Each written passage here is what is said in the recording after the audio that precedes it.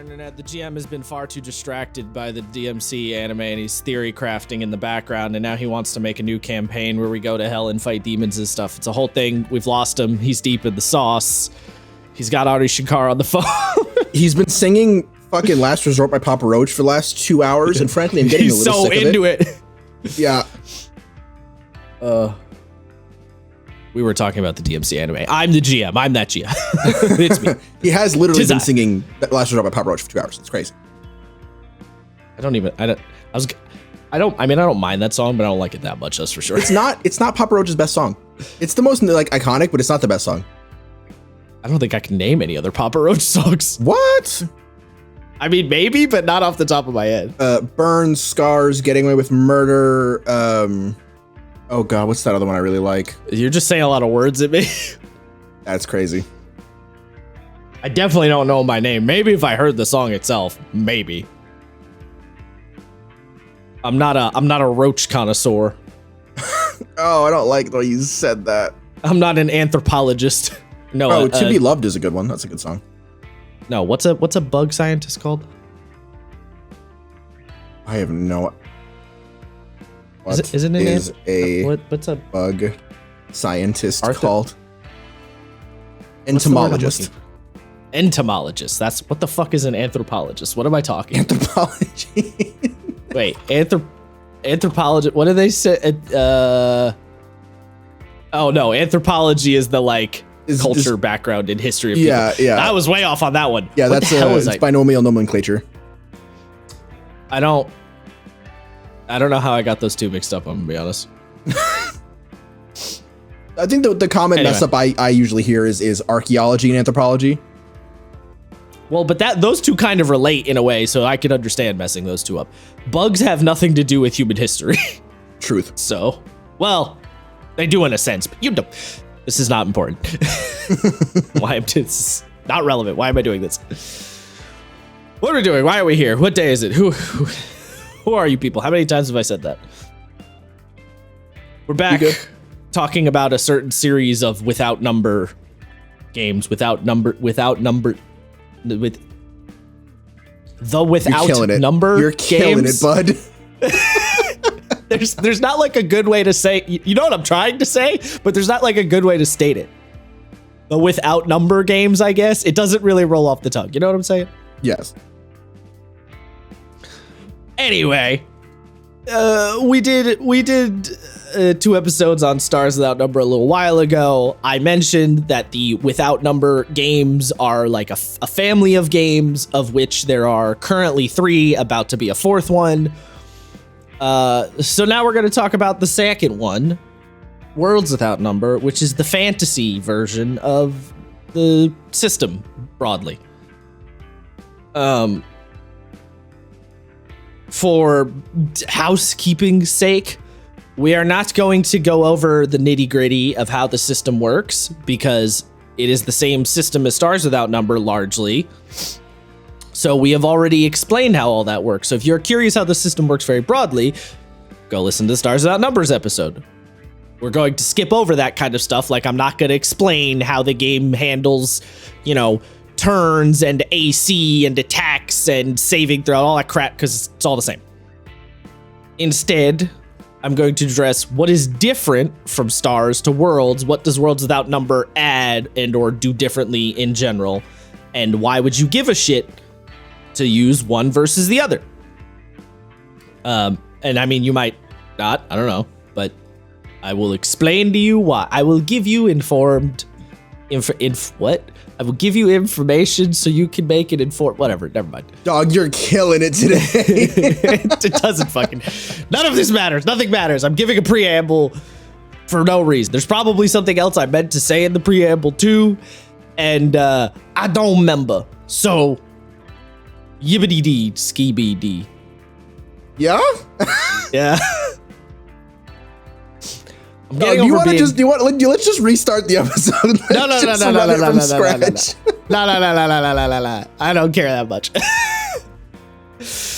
I'm getting over being sick, so my brain's a little mushy. So, do with that what you will. Yeah, Yeah, no, I'm just loving the chaos right now. Okay. Anyway, Mm-hmm. before we launch into this, if you'd be so kind as to hit follow or subscribe on whatever platform you're listening to, that'd be nice. I promise I'm not usually this bad at talking.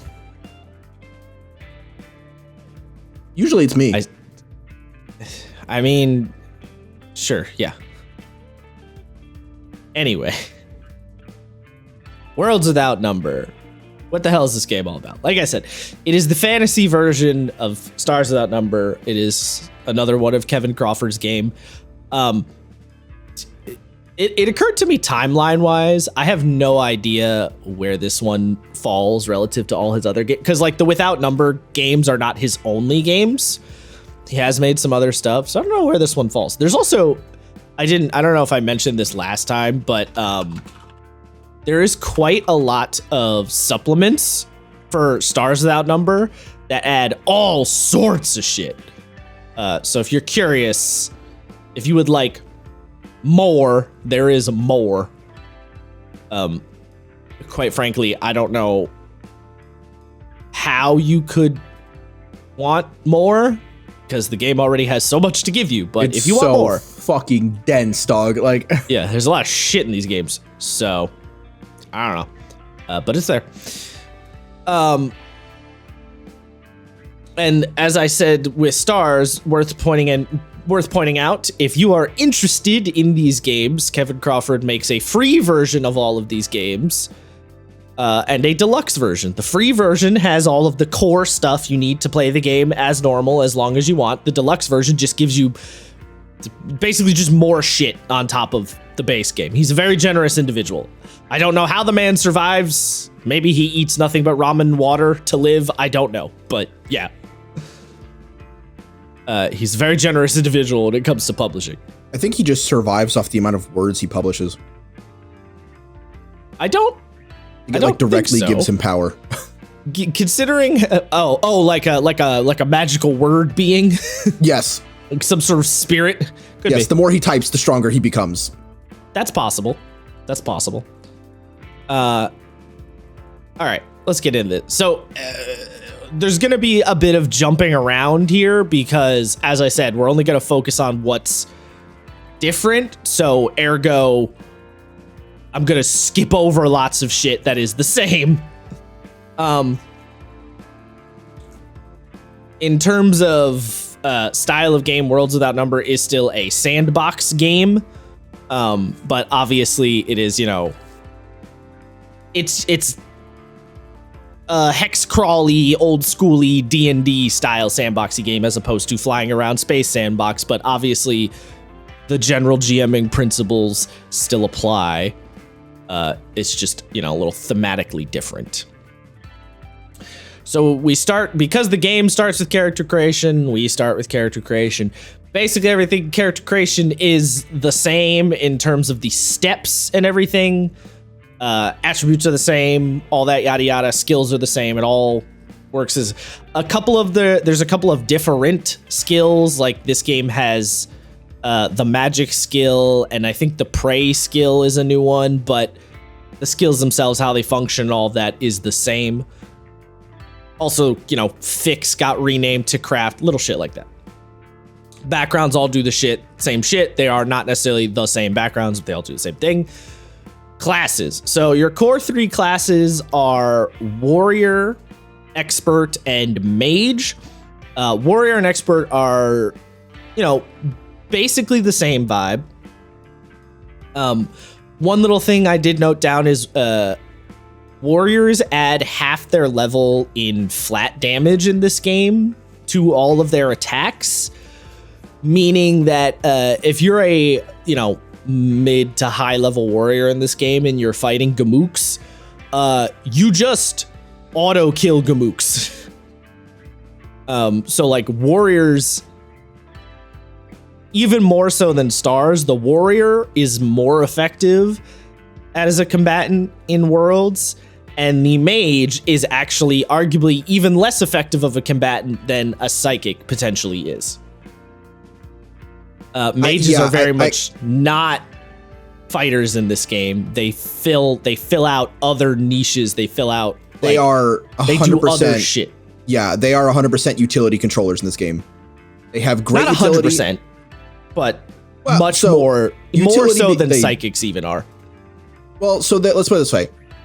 They are not solely supports, right? They have a utility, but they are like, their whole thing is I shift shit around and make shit weird. Like, that's kind of why I call them utility controllers. Because they can do damage, they hit like a fucking truck. But the game even talks about how their attack spells are, and I quote, clunky and unwieldy. Right? You're not playing a wizard in D&D. You're not dropping lightning on people. It's like I'm making explosions happen. Well, also the more important thing is mages have very limited spells that deal damage. And when I say limited, I mean like there's like 3 of them, I think, that I can think of. Yeah, there's a few. I don't remember all of them. And they don't have a ton of spells per day. You make up with it via the arts system, which we'll get to in a bit. But yes, the idea is like generally if you want to play the, like, you can't really do these, there's no cantrips in this game. You're not playing the sorcerer who's like a laser cannon of a mage type situation. That's not really the kind of vibe. You play a mage if you want to do big shit a couple of times a day, but if you get attacked by, you know, like if a mage gets jumped by 4 dudes, you're gonna get your ass beat. You literally won't be able to get a spell off. Because if you get hit in a turn, you cannot cast. Yes. Okay. So I have to bring this up because I have beef with this. Well, I get the reason. I do. I completely understand based on what the design philosophy was. But I think that's just a little too mean, frankly. Like, okay, let me ask you an important question. Did you look at the initiative rules? Yeah, they're group initiative. I get that. The chances that you're gonna get hit is low, but quite low. The idea that you pretty much just cannot, if you're a spellcaster, you are so heavily de-incentivized from going last or later in the party, right? Because like, even if you're not trying to fight people, there are healing spells, right? Healer is a specialism you can take. Those aren't spells though. Do they not follow the same rules? No, arts don't follow the same rules as spells. You can't cast spells if you've been hit in a turn. Arts are different. Okay, I didn't know that. That switches things a little bit, but still not a huge fan of that. The basic idea is your spells are incredibly powerful, so if you want to get them off, you need to be like choosy about your spells and getting them off.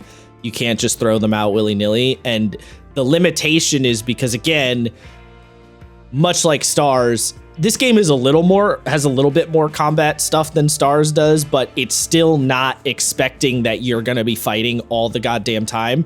It's, again, not a 5e situation because, again, you're not that durable, and you are more limited in what you could do. So basically, if a mage gets into a fight and they don't have their warrior friend to help them, good chance they get bullied down.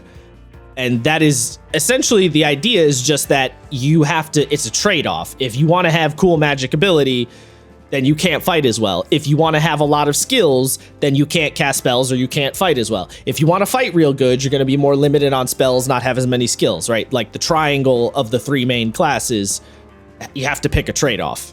I get it. I do. I think this trade-off is a little extreme for my tastes. I honestly have a feeling if you're using default group initiative, it is going to come up so rarely that it is not going to matter. Maybe. I haven't played the game. Can't say for sure. Solid maybe. I don't know. It just, I read that and was like, that does not pass the sniff test. I genuinely do not think it's that bad of a restriction. I think it is a reasonable restriction for the amount of like, because the spells are quite powerful is the thing. Like the spells you can pull off are quite strong. So restricting it, and just because you can't cast a spell that turn doesn't mean you can't do anything that turn, right? It just means you can't cast a spell on your spell list. You could still use an art, you could still use any of your foci stuff, you could still like attack or do like you could still do everything else. You just can't throw out a spell specifically. And there's also quite a lot of spells that are non-combat focused anyway that you probably either would want to do before or after, or would just not. There's no reason to try and use them in a fight anyway. So there's a lot of trade-offs and options. And if you're a partial mage, partial something else, then obviously you're gonna have other options that is not just throw out a spell that turn. In that case, you are, yeah. I'd have to, this is one of those things where I'd have to see it in practice to actually have a fully formed opinion, but it does not 100% pass the smell test for me. Anyway, I wasn't really trying to start on that yet. Anyway, jumped way ahead. Look, I was trying to get points in, but you were just on a roll, so I had to cut in somewhere. I know. Well, I was gonna get to that specific thing, but anyway, so when you pick a mage, you essentially have 3 traditions. These are sort of subclasses, but not exactly. You can be a high mage or a high magic caster, an elementalist, or a necromancer. Those are the 3 arcane traditions. High magic is your sort of default wizard. Elementalist is basically what it sounds like. Necromancer is absolutely what it sounds like. And yes, the necromancer gets all sorts of cool shit, like making themselves immortal and summoning zombies and all that bullshit. Necromancer has the full gamut of crap that you would probably want when you think of necromancery things. You can also dual tradition yourself, so you can be like a high magic necromancer or an elementalist necromancer or a high mage elemental. Like you can take 2. So you have the 3 to choose from, and you can take 2 of them. Or of course you can be a partial mage, partial something else. Again, same system as stars. You basically take half of one and half of the other and smack them together.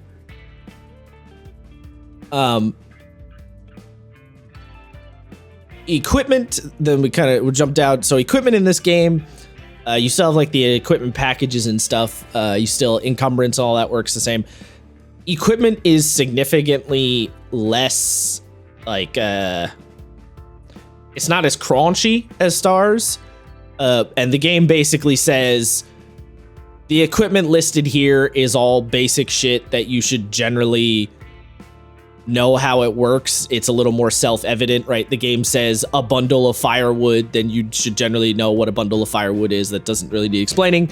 And if you want to use them, if you want to track them specifically as the GM, you can. If you don't want to, there are gear bundles, which kind of sort of work like equipment or adventuring gear in Dungeon World, where you have a bundle. So you could have a gear bundle that's criminal tools, and you could just sort of be like, hey GM, I have my criminal tools. Can I whip out this thing from my criminal tool pack? And the GM could be like, yeah, sure. So you don't necessarily have to do bespoke tracking, or you can, it's up to you. But yeah, there's less crunch to the adventuring gear stuff. You do have a little bit more in terms of, weapons and armor. Obviously, though, fantasy games, so it's a lot more melee weapons than range weapons, whereas Stars was a lot more range weapons. There's also more weapon traits in Worlds than there was in Stars. Quite a bit more. Yeah.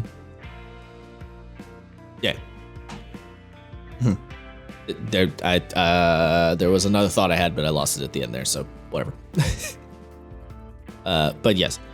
Other than that, though, weapon stuff all works the same. Shock damage in Worlds is also just gonna come up more because you're going to be fighting in melee more, so ergo shock is gonna be more relevant.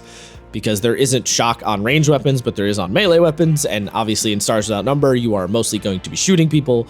In Worlds Without Number, you are mostly going to be bonking and or stabbing. So yeah, there's also quite a lot of armor.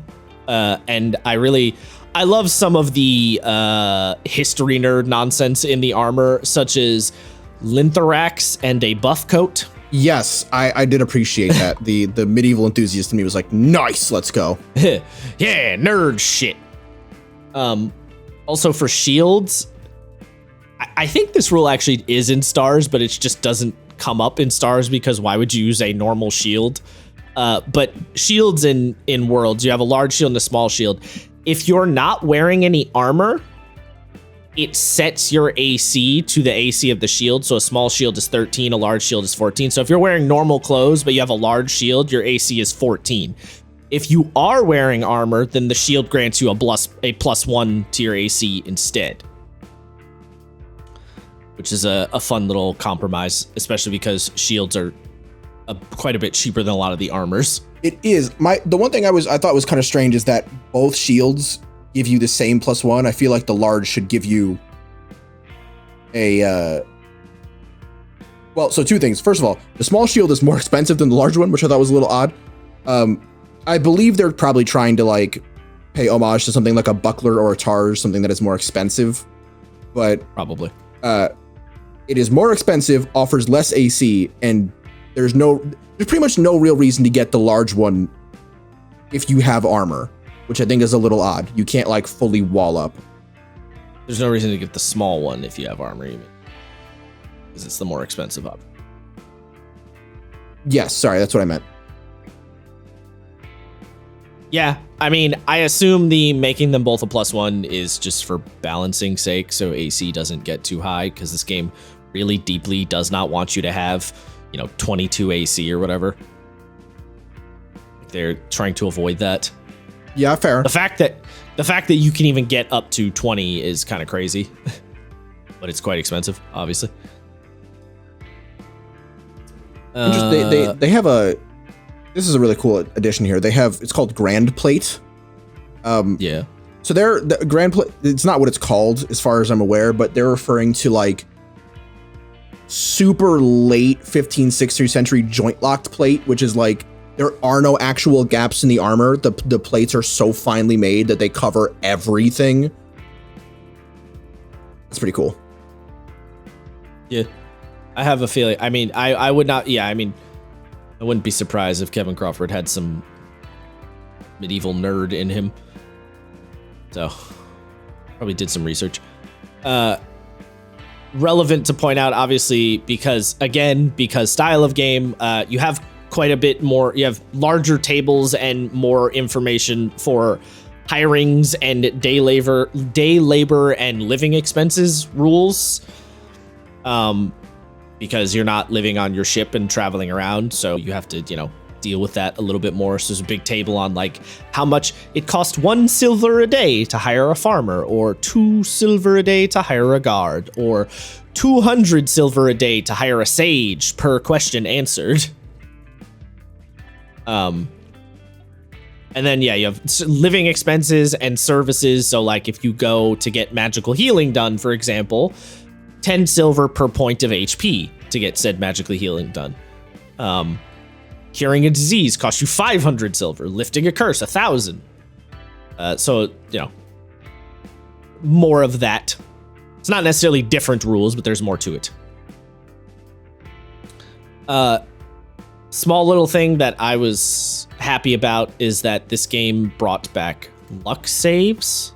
I was hoping we were going to bring that up. I like that they brought back luck. I don't know if they had it previously, but so it was luck or fortune rolls. Is that what it's called in Blades? Fortune rolls. In Blades, it's fortune rolls. Yes, although right. Fortune rolls are a little different to how this game handles like a luck save per se. But yeah, there were luck saves in the first version of Stars Without Number, but they were based on your class, which I actually thought was kind of interesting. So like the psionic had a higher luck skill than the other two classes, which, there's sort of the subtle implication of the psionic is not, it's like subconscious psionics protecting you from, bad shit happening, which I thought was kind of fun. This game, there's no differences between luck so he had luck saves in Stars Without Number originally. The revised version, he took them out and basically said, if you need to make a luck save, just have the character make a mental save, which is fine, but is a little weird because that does mean the characters with the higher intelligence and wisdom stats are going to be luckier, which feels a little odd. Yeah, a bit, yeah. So in this game, the equation is literally just your luck save is just 16 minus your level. So whatever level, so if everyone's the same level, you'll have all the same luck save. I think there is a foci that modifies that, but I don't remember off the top of my head. But yeah. And then evasion, mental, and physical saves work the same. It's 16 minus your level minus the better of one of the two stats, depending on which save you're referring to. Then we jump over to combat rules. So combat all works the same. The one thing is this game, so it says the default initiative system in this game is group initiative. So you roll a D8 as the PCs and add the highest dexterity modifier in your group, which means that, if you have a ranger or a thief type character with you who has quite a high dexterity, that also helps out you as the wizard. The game says you can do individual initiative if you want, but it says, things may take a little longer and potentially get a little more complicated. I don't know. This is probably going to be the next game I run. And so I've been waffling back and forth on which kind of initiative I should use. And I actually asked people on the Without Number subreddit. And I got 50-50 answers on which one was better. So that didn't help at all. I mean, I think I would say go group as someone who would probably play a spellcaster because see above reasoning, but... Well, the thing about the group initiative is, there's a little bit of an ease of use and stuff, but the individual initiative would make the game harder, potentially, a little bit. Not a crazy amount, but a little bit. And that intrigues me because I'm very not in the mood for 5e superheroes these days right now. So making the game a little more challenging, I'm kind of okay with, Yeah, depends. So I go back and forth. I wasn't asking on how you feel about it, sir. I'm saying I don't give a fuck. That's the best part of the podcast. I'm just going to drop my opinions. I know, but you said it depends. Like I was stating a group suggestion. I was saying my feelings are valid. Yeah, and I'm saying it depends for me. I don't know. It sounded like you were criticizing.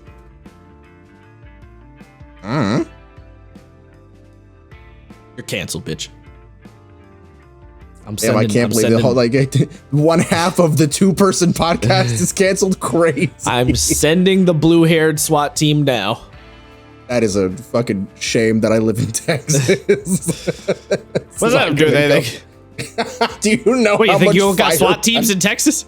I mean, I'm gonna be honest. There's probably about 300,000 rounds of ammunition on this street corner. Exactly. So I don't think it's gonna go well for anyone. What? Ain't nobody gonna. They're coming to your house. What is your logic here? What? I don't think any SWAT team's gonna do well out here. Do you know how a SWAT team? What? I know how a SWAT Never mind. I don't know that you do. Ew.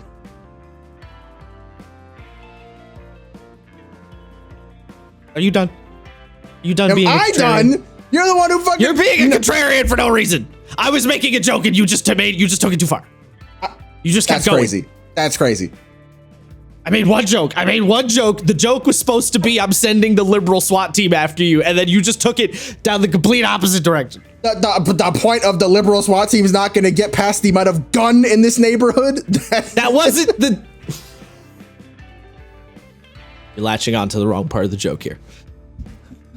I'm moving on. I'm ignoring you. Okay, well, you can move on. I have something to say. Silence. Why is the character sheet landscape mode? Why does it matter? It's you print it out and then put it in what you just. It hurts me on a fucking metaphysical level. I don't know why. It just feels wrong. I don't even. What page is it even on? I don't even remember looking at it now. Where is the shit? Shit, dog. It's on page 31. Technically, bro's bitching and lost it. Like, fuck you. It's page 31. Okay. Man, I don't. What do you want from me? I don't know. Does it not bother you? It looks weird. Not really. No, I'm gonna be honest. It bothers the dog shit out of me. Bro, when's the last time you played in person anyway?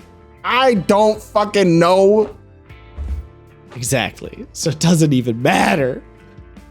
No, because I guarantee you the fucking Roll20 one is gonna be landscape mode 2, and I'm gonna hate that. You would be wrong. I'm making a Roll20 for this right now. It exists, and it is not in landscape. It is jank as shit because it's a really early version that somebody's throwing together out of the goodness of their own heart, but it does exist, and no, it is not landscape. All right. Anyway, so I'm gonna keep note of this. When we inevitably play this game and I open the character sheet, if it's in landscape mode, it's going in the fucking book. This is gonna be a Book of Grudges moment. My brother in Christ, you can look right now. You could look right now. You could open up Roll20 right now. Anyway, as I said, combat rules, basically the same.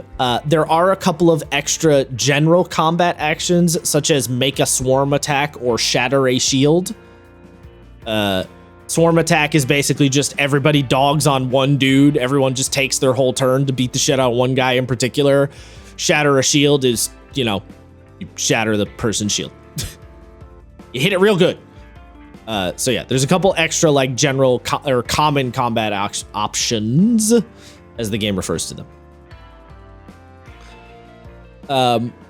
Speaking of combat, we have healing. Healing's basically, again, same shit as stars. The one notable thing is that magical healing will overcome frailty. So if you remember from stars, there's a mechanic where once you go down, if you get picked up, you're frail. I don't actually remember. I don't think stars use the keyword frail, but Worlds refers to it as frail. And when you're frail, if you get downed again, you just die. If you are magically healed, that ignores the frail condition, so you get up and you feel, you're good to go because magic healing. So yeah.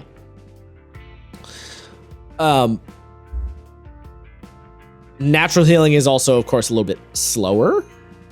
And I think it's takes like a week of rest or something to get rid of the frail condition. So if you go down, basically in this game, if you're going down in a fight, you're going to need to retreat and recuperate for quite a while. And then we get to some of the fun stuff. So obviously, this is a fantasy game. So we have to have rules for overland travel. So there's rules for overland travel and wilderness exploration and site exploration. So basically you have a table, which is just, how far can the travel's PC? Yep, that's how far can the PCs travel in an hour in a given terrain? So for example, if you're traveling through a dense forest or rugged hills, you can go about 1.5 miles in an hour.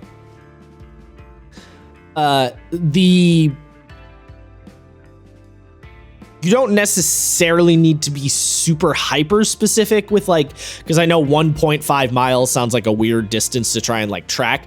You don't always need to be hyper specific. It's one of those things where the number is useful in the few scenarios where you do want to be specific, but most of the time you're just going to have characters moving around on a hex, on a hex map and can travel a certain number of hexes a day or whatever, that kind of thing. The game also recommends you roll random encounters while traveling about twice a day, once at night, once during the day and once at night. Keeping in mind that when you rest in this game, it's not 5e where you heal everything. You get your level in hit points back, and you get 1 point of system strain back. So if you're traveling to a place and you get random encountered multiple days and or nights in a row, then when you get to your location, you might be a little fucked up. So worth keeping in mind that if you do something like, travel, you're traveling from this part of the city or whatever or from this town to another town, when you rest, hide, make sure you have someone watching, maybe try and put up like a fortification, like all of those sort of preppy things that people often kind of hand wave in 5e because you just fully heal anyway. You do not want to hand wave in this game. Absolutely. Just find a tree and just do elevated camping. That's your best bet. Just fucking rope yourselves to a tree branch and then pass the fuck out. And then we have the rules for supplies. So you have rules for food, water, shelter, and fire. Supplies for traveling supplies pretty simple. So you need 1 unit of food and 1 unit of water. And when I say unit, I mean like one. It's like it's a day's worth or whatever, basically.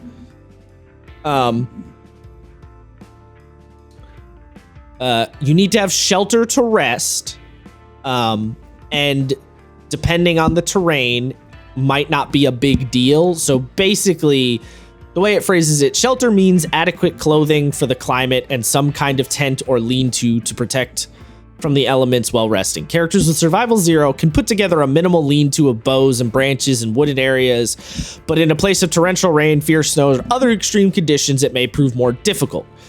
The lack of shelter can make it impossible to rest. So basically, if the terrain is not a big deal, you don't need to necessarily worry. It's assumed that the characters with a survival of 0 can put their shit together and survive. If it's a more dangerous area, you have to potentially make checks or actively say, GM, we're doing X, Y, or Z or whatever.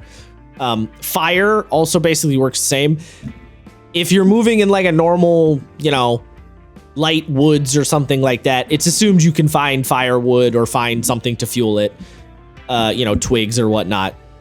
If you're walking through the mountains or the snowy tundra where there's not a lot of vegetation, you might have to like make checks or again deal with the problem or whatever. So essentially the system is you need food and water. The other stuff, if you need to worry about it. But if it's not a big deal, don't worry about it. Like, give a shit when you feel like you as the GM want to give a shit is essentially the easiest way to phrase that.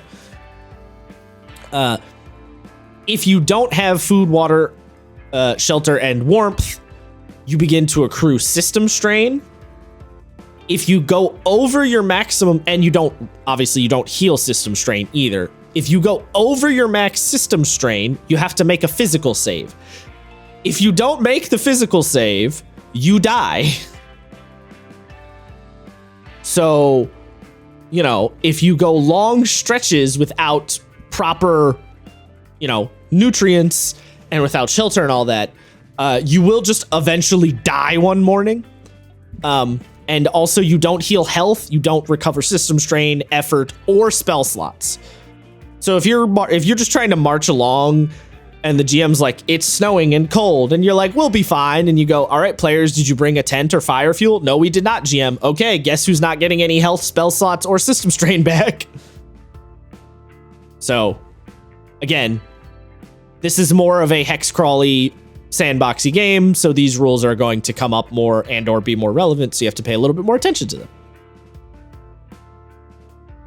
them. Also, kind of hilarious to me that like, yeah, you make a physical save. If you don't, you're just fucking dead, bud.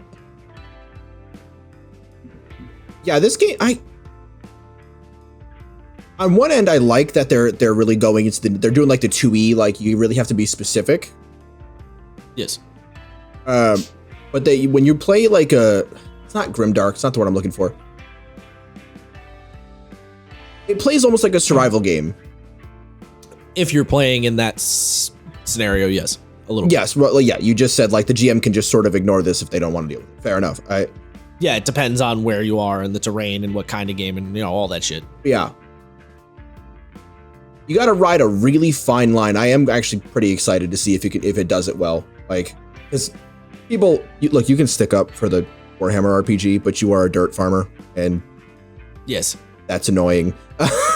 And like anything can kill you in one shot. That's not true, but like it's very easy to get just straight up murked. It's easy to die, right? Yeah. Which this game is not that bad. No, it's not that bad. So that's why I'm like, I do want to try it out and see how it's like. Well, and the thing to keep in mind too is if you're aware of these things are a factor, they're not that. It's like the problems are avoidable if the players are not being dumb, right? Yeah, if you play with a modicum of fucking common sense and bring supplies like you should be doing, like like D&D tells you that you should do, and then you don't actually do it. Don't actually need to. Yes, you should basically be okay. That the brain dead gameplay of 5e where you can just be like, I don't know, we rest. We probably have enough stuff to rest. Like, this game is like, no, you actually need to pay attention because it might be important. And then we also have, of course, we have foraging rules because, another aspect of the survival thingy is the foraging. So basically you have the highest skilled person make a wisdom survival check. There's a table. I was reading and thinking too fast there. There's a table with various DCs for the survival check based on the type of terrain. So like if you're in a woodlands, the difficulty is 8. If you're in a barely human survivable land, the DC might be 14, which is basically the highest that the game suggests going to. After you have made the check, also there's some modifiers. So like a full day of foraging instead of a half day. So if you say, GM, we're just going to spend the entire day foraging, you can actually drop the DC by 2. And of course, in the spirit of this game, there's other potential things. Like you could say, hey, GM, we have this X, Y, or Z ability. Could we use this to help us with foraging, and go back and forth? And the GM might say, yes, I will lower the DC a little bit more, or whatever. All that stuff's on the table, of course. But once you've made the survival check, you roll a d6 and add up the group's survival skill to a max of 10 units. However, which is to say, I phrased that poorly in my notes.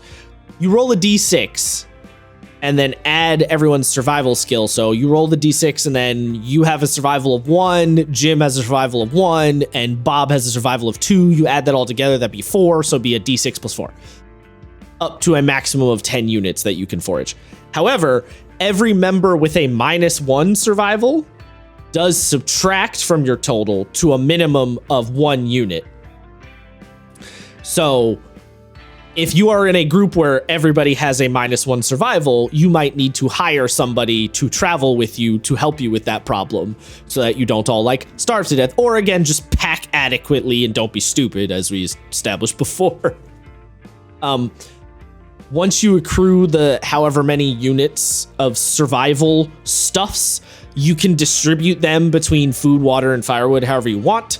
So if you roll and you get a 6, let's say, you could make that 6 be 2 food, 2 water, and 2 units of firewood, or it could be like 3 food, 3 water, no firewood, or something like that. So you can distribute it however the group wants to distribute it, which is fun because it gives you a little okay, we made the forage check. What do we need? What are we going to use?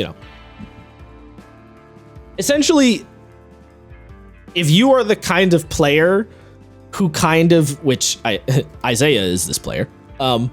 If you're the kind of player who likes doing the thing where you're like, okay, we have X amount of this and Y amount of this. If we put X and Y together and we have this many days can we math this out? Do we have enough things? If you like doing that kind of gameplay, this game is great for you. If you just want to kick the door in and slam goblins with big hammer, this game is not 100% going to be great for you. It's good to know that I can make as many flower bombs as I want. Something like that. That being said, you could have a player who is your math guy and another player who is bonky guy, and then, it might work fine. It's about sharing. It's about sharing the workload. And then we have wandering encounter rules, which again, you make essentially two checks a day, one during the day, one during the night. And every time the PCs forage, it recommends make a wandering encounter check. And then you just roll a die you roll varying sizes of dice based on the terrain you're in, essentially. So if you're in the dangerous wilderness, you roll a d6 on the encountering check, and you only get a random encounter on a roll of 1 on any of them. So whether it's a d6, a d8, or a d10, it's always a 1. That is the random encounter. So smaller die, obviously higher chance. So if you're on a well-policed trade road, it's a d10 you roll.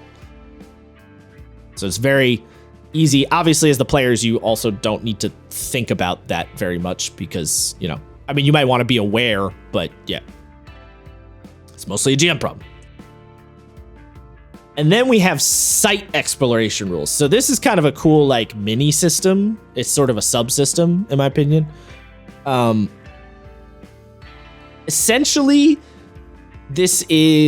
site exploration is a system to go into a dungeon or the old dilapidated castle or the spooky section of the forest. It can be any kind of area where the GM wants to specifically track how the PCs are moving around and, time it out a little bit more and get a little bit more into the minutia of the situation. So essentially, the players enter a site. And again, like I said, a site could be ancient ruins, an outsider outpost, a bandit fortress, some other place of peril and mystery. It can be any kind of dangerous location. So once you enter a site, you then abstract the player's actions into turns.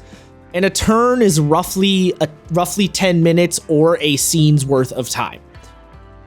The point of the turn track is for the GM to have a rough gauge of how much activity the pieces are up to on that site, so the site can respond to what they're doing.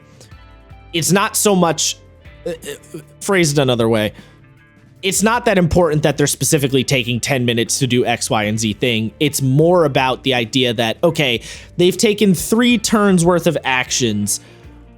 What are the denizens of the site gonna do in response to those actions, right? So it's been 30 minutes, they've done 3 actions, what's kind of the response? You don't necessarily need to get super minute with it. It's just giving you a gauge. That's why it says it's roughly 10 minutes. Feels kind of like a board game inside your TTRPG. I can see you setting up a tiny mini map, overworld map, and your characters can just boop, boop, boop their way down the map and Yeah, so effectively it kind of is, you go into board game mode. You don't have to track site exploration with a map necessarily. The game says you as the GM could just take mental note. They went from this room to this room, right? The layout doesn't need to be super specific if you don't want it to be, but it can be super specific if you're in the mood for that. Again, as this game is always saying, do it how you want, basically. This is 100% those pay attention and steal this one. Yes, this is a good for one me to steal, specifically. This was super neat when I was reading through it because, I've run D&D and D&D adjacent, and yeah, you could steal this for 5e super easy. I never feel comfortable. Is not the right word. I never feel satisfied running a dungeon because it's how much stuff do I put in the dungeon? How much agency do the players actually have when they're in a dungeon? If the point is to be in the dungeon, they can't just leave the dungeon, right? You have to make it interesting. You got to put stuff in it. It can be such a pain in the ass to plan dungeons out. And frankly, I hate doing it. So this, I would probably use a lot more. And if you are like me, you will probably also like this a lot. Yes. Agreed. So you go into turns mode, moving from room to room on a site takes 1 turn. Again, it doesn't literally have to be a room, right? If you're in the spooky, mysterious forest ruins, it could be moving from chunk of ruin to other chunk of ruin.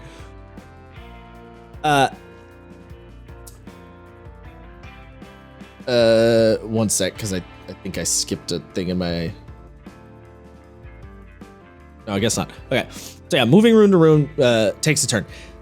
If the PCs need to flee a room for some reason and they're being chased, you can make opposed Dex exert rolls with a +1 if they're a smaller group and a -2 to whichever group has the slowest member.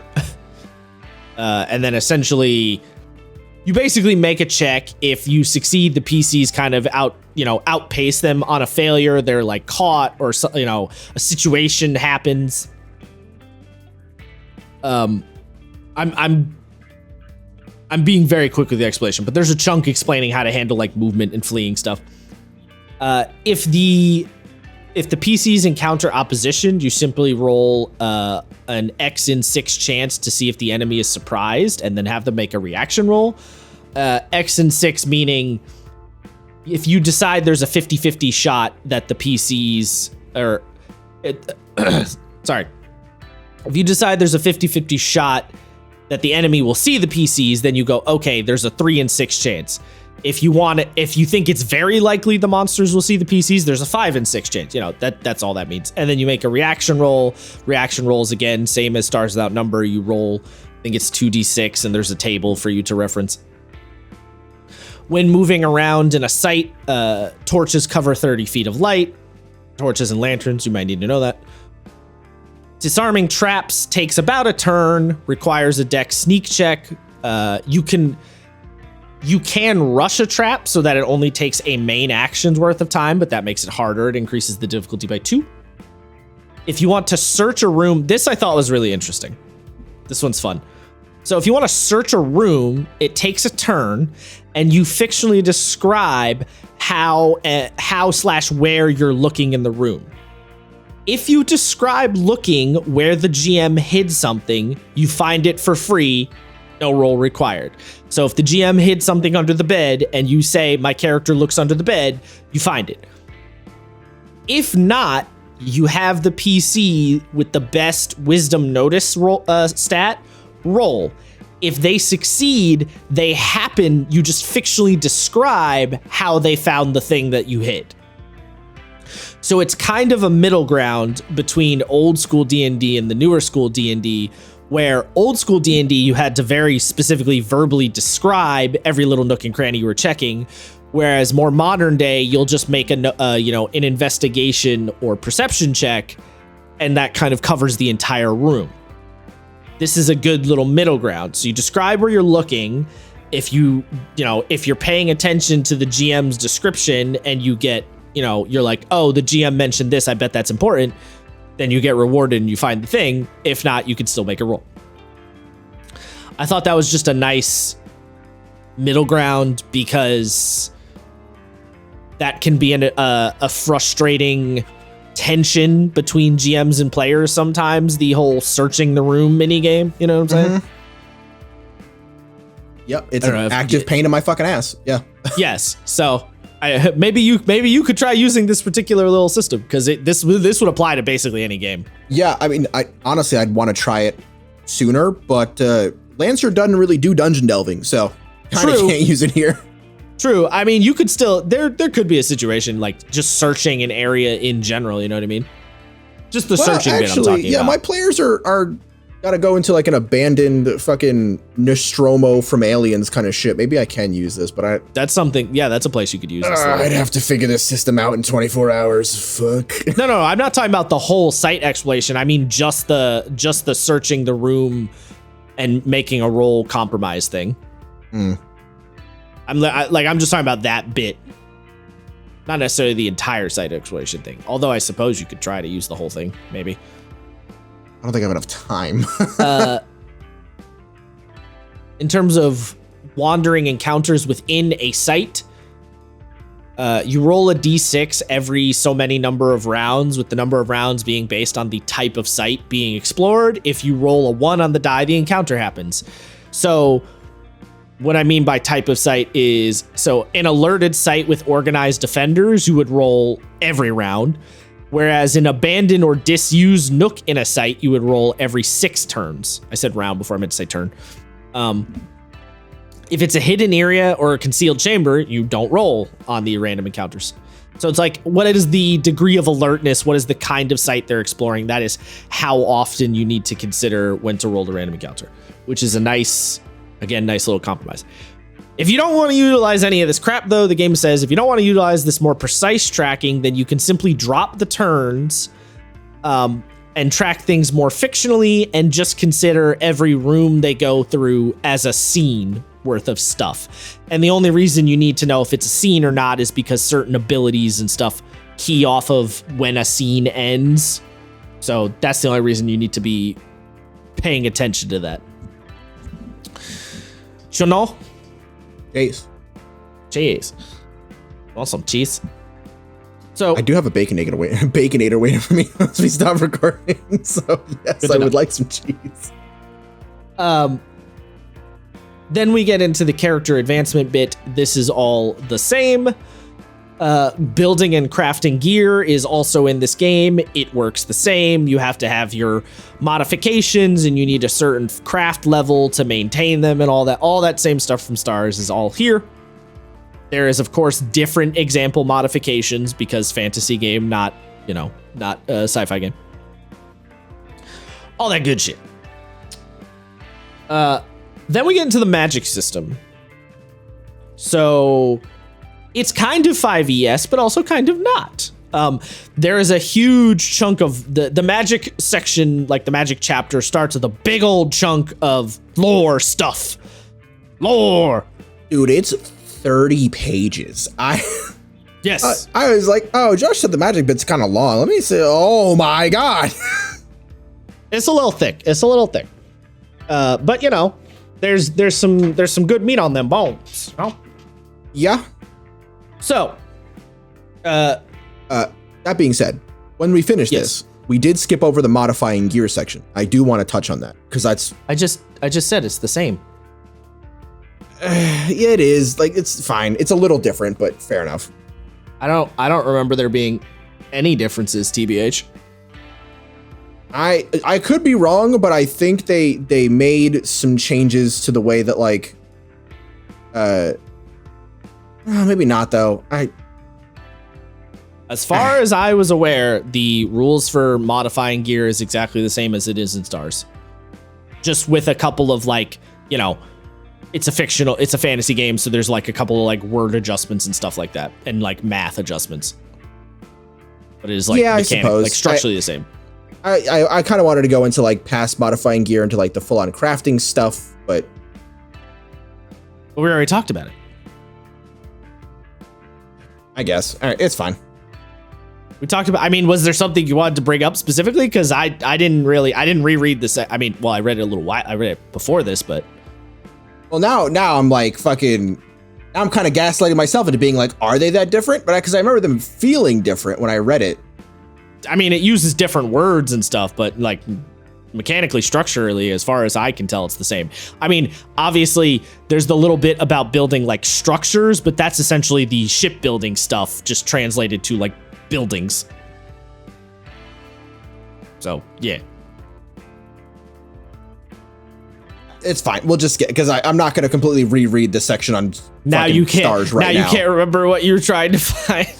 Well, because I'd have to, because I very distinctly last night and this morning being oh, these are kind of neat. I kind of like the way they did this thing in comparison, and now I don't remember.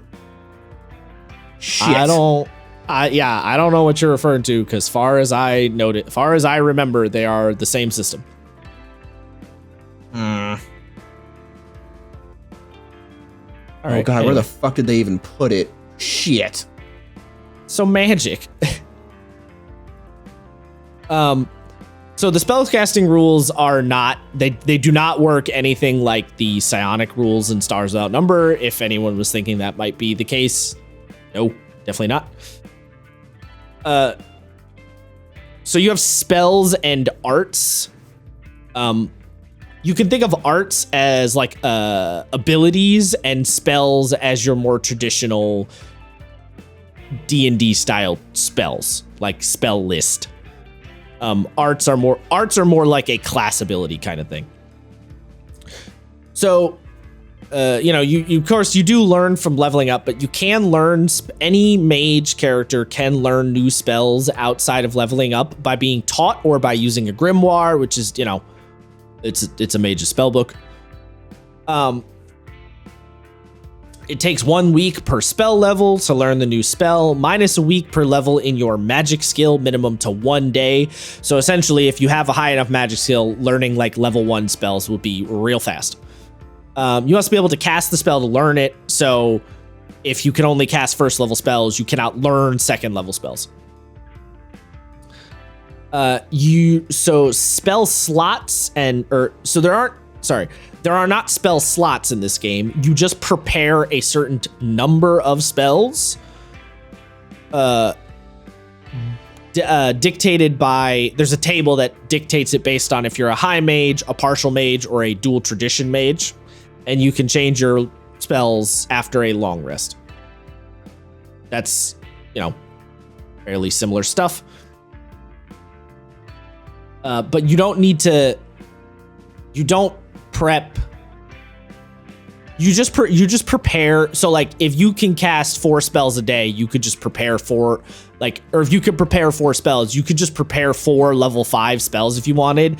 There's not like a slot amount thing where it's like this many of this level and this many of this level. It's just however you want in any kind of mix and match combination that you feel like. When you cast a spell, it requires a main action. You have to have 1 free hand, and you have to vocalize specifically at conversation level. The game says that very specifically. You have to be at around conversational level. So no whispering spells. And someone can always tell when you're casting because either you're making funny wiggly fingers or you're waving your staff around or colors are shooting out of your eyeballs. Somebody can always tell when you're casting bullshit. But they can't necessarily tell what you're casting. So that's where, if you want to be sneaky. I believe there is a foci that lets you do sneaky casting, if I remember correctly. Or maybe it's an art. It might be an art, actually, that lets you do sneaky casting. So, it's not completely off the table. But by default, you can't do it. As we said before, however, if you take damage or have been jostled during the round, you cannot cast a spell. So if the round, for combat's sake, if the round starts and the bandit hits you because they went before you, you cannot cast the spell for that round at all. So if you're getting wailed on as a mage, you're not going to be able to get a lot of casting off, which is why you're generally going to want, your warrior character to jump in and defend you. Or move away or whatever. Basically, you're going to have to strategize a little bit if they start beating the dog shit out of you.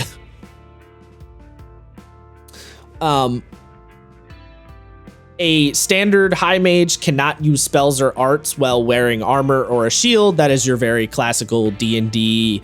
The armor gets in the way of my funny arm movements. I cannot cast fireball. That thing, which I don't think has any basis in any fiction at all. I think that is purely a mechanical balancing thing that has just stuck around. Yeah, I mean, I can't think of anywhere that comes up, but yeah, I mean, it's a thing. Just kind of want to bring something up real quick. I really like efforts and arts. I think it's a really cool system. They're very fun. Much like how the psionic powers are quite fun. Yes, but like for this one, it feels a little different because it's magic. Mainly, I may have just fucking hit my nothing box and not heard it, but the fact that arts are not just an ammo counter, they can be, but they aren't by default, right? Some arts are more powerful than others, and those kind of work like ammo. But typically, arts are like a thing that you use, and then your total effort goes down.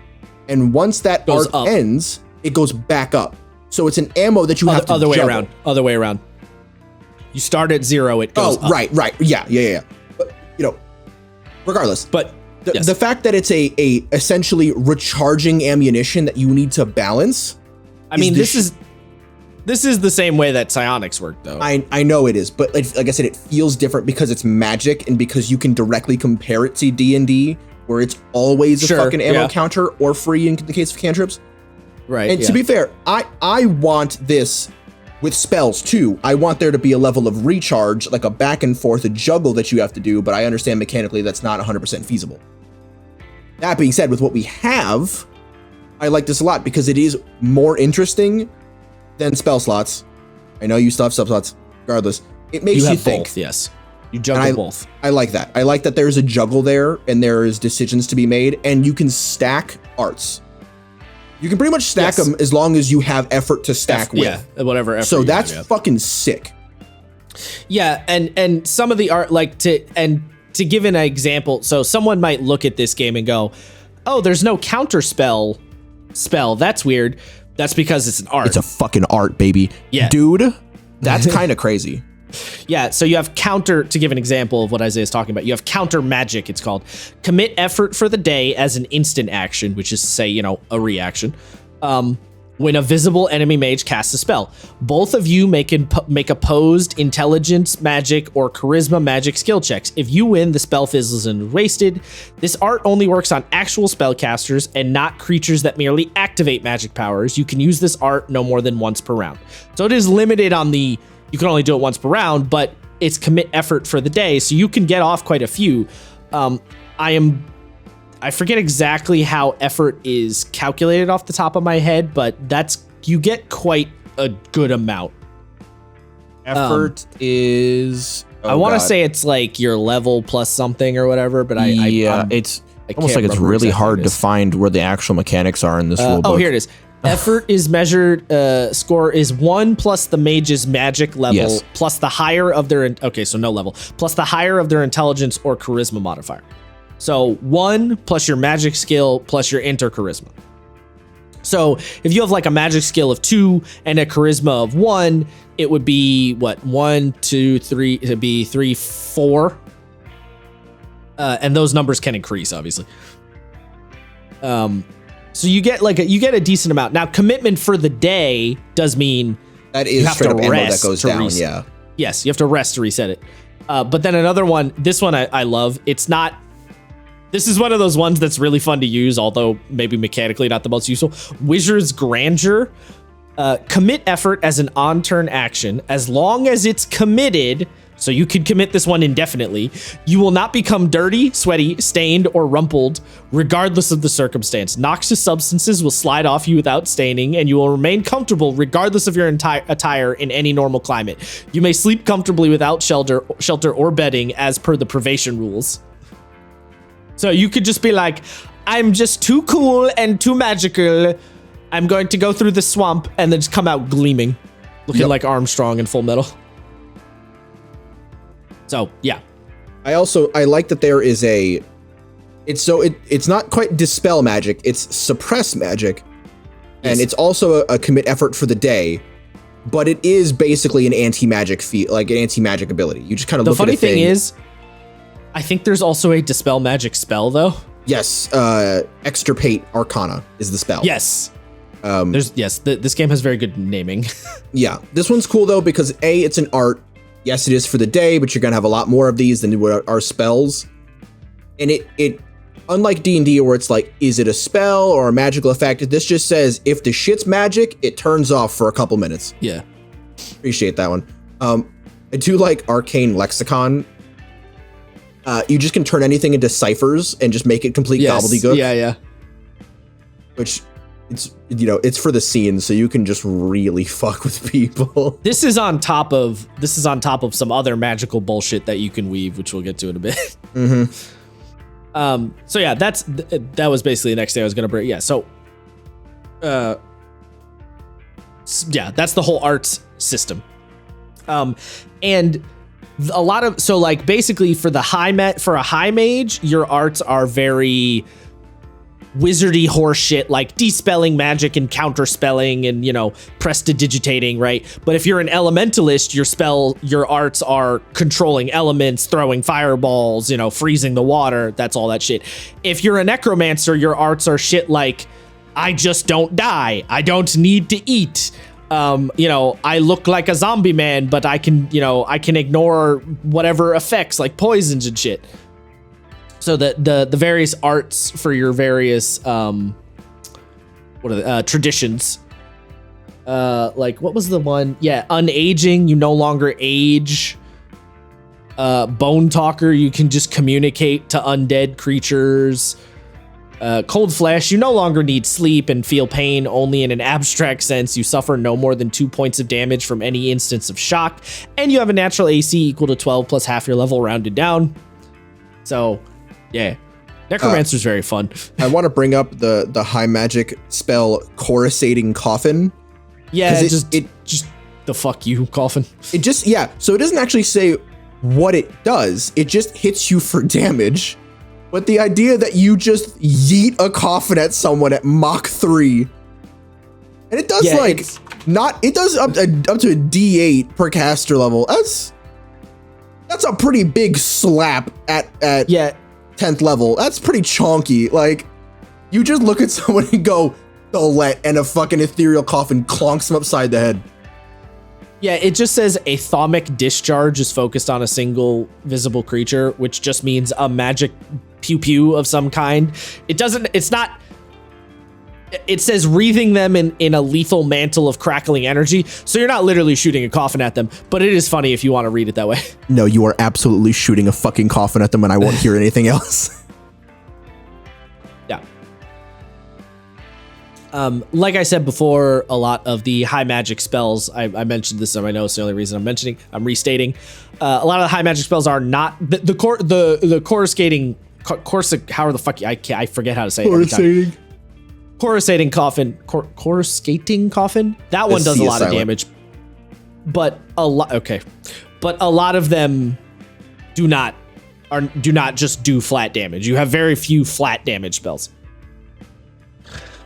If you do want to lean a little bit more into the combat magic, though, the Elementalist is your move, because they do have a separate list of spells, and they have a couple more damaging spells, as well as they have a couple more arts that will allow them to throw out damage more consistently. So if you want to lean a little bit more into the fighty, Elementalist is your move. Again, you will not be as good as the warrior, no matter what. Like, if you want to fight, you have to be a warrior or a partial warrior if you want to lean really hard into the fighting. But they do have a couple of things as an Elementalist to do a little magic blasty. You can, of course, also be a partial warrior, partial Elementalist, which is, an option. Do fun things like throw fire with your sword or whatever. Then we have, in this game, we got a couple of partial classes, and partial classes are, same vibe, except they have to be taken with one of the other three. So we have a healer partial class, which is technically a mage partial class. So you can't be a primary healer. You have to be a healer and something else. You either have to be a healer mage, healer expert, or healer warrior. The healer is basically how you want to play your cleric character. They get an art that is their healing touch ability, and then they get a whole bunch of arts that they can learn that modify and change how the healing touch works. They do not get spells, though. They only get their arts. And then there's the Vowed partial mage class, which again, you have to take with one of the other ones. The Vowed is the monk. You get a couple of free arts that let you do. You have unarmored defense, you have unarmored strikes, you have martial arts style. It's your monk guy. If you want to play a little more ninja, you can go partial monk, partial Vowed, partial expert. If you want to play more traditional monkey punchy man, you go partial Vowed, partial warrior. If you want to play like sort of mystical punchy guy, you go mage Vowed. You get the idea. The partial classes are quite cool, and there are a couple more of them in the deluxe version. We're not going to go over them, but I'll mention them towards the end. I love the, like, I don't know. I just really love the whole partial class thing. I think it's a really cool way to like it's a cool way because it is in a sense subclassing, but it is much more controlled subclassing. So it doesn't get out of hand really fast. You know what I mean? Yeah, I get you. As opposed to 5e, which can get out of hand really fast. And then we have two really fun systems. There's a really comprehensive system for creating spells of your own, which is always a wild time.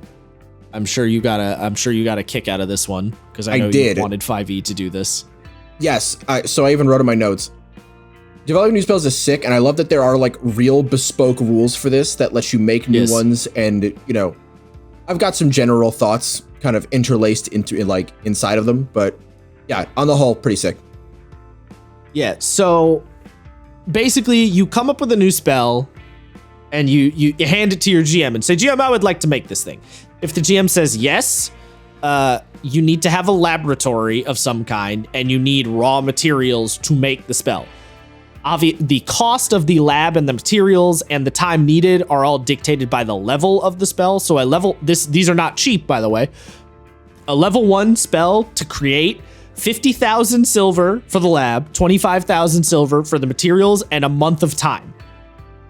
At the highest level, level 5, 5 million silver, a million silver, 400,000 silver for the materials, and 2 years to make it.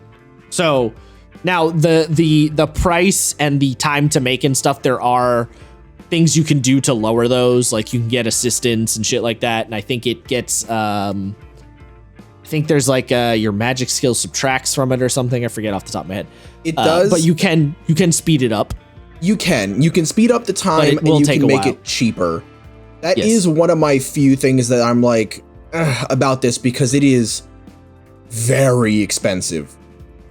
Well, here's the thing you got to keep in mind in terms of the expenses and the time in this game, right? This game does not assume you're going to do the 5e thing where you follow the characters every single fucking day of their life, or at least the way a lot of people play 5e, where you follow the characters every day of their lives.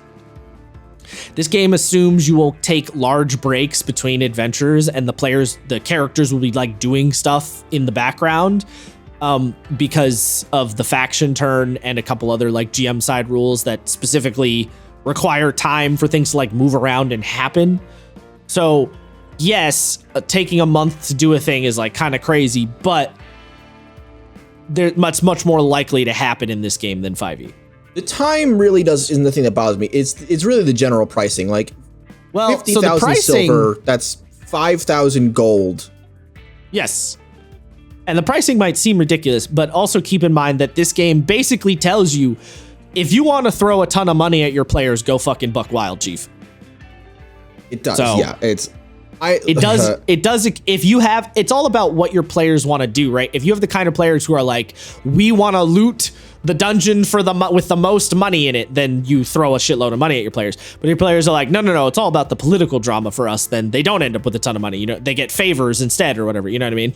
Yes, I get it. This is one of those things where like I am so deeply jaded. Yeah, I'm just so deeply jaded by the RPG horror story that I'm like, God, this could be such a pain in the dick if the DM wants to be an asshole. It could be a pain in the dick if you really, really, really like you're dead set. Like, God, I want to come up with I want to make new spells, and then the rest of the party is like not interested in that or whatever. There is that element, but that's kind of the same problems any game could have, you know? Like, yes, yeah. Yeah, okay. So as I said, there's the costs and everything. Once you finish the process, you make a DC 10, you make an intelligence magic check at DC 10 plus the spell's level. If you fail, you have a choice. You can accept a flaw and then push forward and make another skill check with a +1 bonus. Or you can choose to restart. And there is a table. If you choose to take a flaw, the GM will roll on the formula flaws table. And some of the flaws, depending on the type of spell you're making, could completely fuck the spell, but some of them could be completely irrelevant. So for example, if you're making a spell where it's like, oh, this spell, you know, like it's like a dark vision spell. This spell lets you see whatever you know, see magically. And then the GM rolls on the flaws table and they get this, the flaw they roll is this spell can only target the caster. You go, nah, that's not too big a deal. You know, so like you could get a good situation for the flaw. And then at the end of the spell chapter, it just gives the GM some advice on how to adjudicate if you should allow the spell or not. So the spell should not substitute other shit that classes can do. You shouldn't let the players just give themselves flat bonuses for freezies. Don't offer... spells should not offer cheap and easy combat damage. Again, reinforcing the not a lot of spells do damage thing. Spells should not create magical effects or valuable matter. There's a different system for that one. Spells that buff a target shouldn't last more than a scene. Spells should not be petty. This one I thought was pretty... Ladder Earth does not have much in the way of trivial magical spells, and cantrips that perform some minor change should not be allowed unless you want to change the general flavor of magic as a whole. Every spell should do something big with even the smallest damaging spell capable of killing somebody, and the least magical effect having some degree of wonder about it. Basically, there's no fucking cantrips in this game. I thought that was a little strange. I feel like there should be a separate conjure arts thing, I feel. That's what arts like are. rules for designing an art. Yeah, you could. Yeah, I suppose you could. I mean, basically, the way that they word it, right? They're like, there's no such thing as a small spell, and then they give you a bunch of arts that are literally small spells. They're not capital S spells, but they are still spells. Right. They're like magical effects, but they're not spells in the way that the game considers spells. They're kind of like an in-between thing. Yeah. Then I love the last bit of advice. Steal spells from existing games. I do like that one. You could usually borrow spells from other old school games or classic TSR role-playing games of the 80s and 90s with impunity, but half their levels to figure out where they'd fit in Worlds Without Number. So just take them from other games. I will say though, the next rules, you could kind of use this for designing arts potentially, which is magical workings, right? Like a trivial magical working. You could sort of be like, oh, can I use this as my, but instead of tying it to a specific area, could I tie it to an object or to me or something?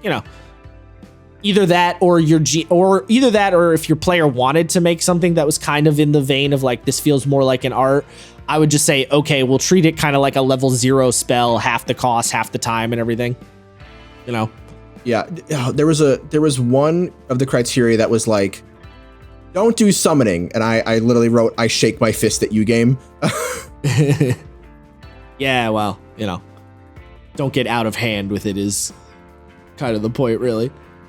So magical workings. This is not exactly a conjure magical bullshit rule, but it kind of covers that style of thing. It sort of feels like a conjure magical bullshit rule because essentially you build in quotes a permanent magical effect on like a place or a thing.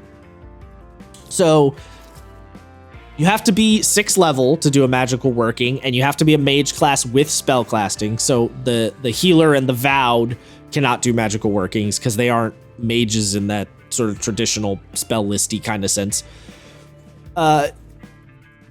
You decide on the kind of working you want to make. There's a big table of example workings, but you could do pretty much whatever you can think of.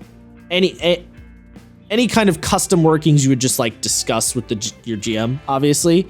But there is a big example tables of the various levels. So workings go from trivial, minor, major, great, and supreme. And there is a table of a couple of examples of each of those at the various power levels or whatever you want to call it. The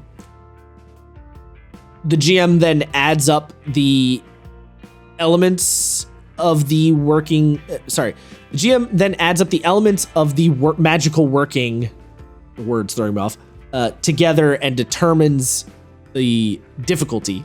So you have the degree of the working,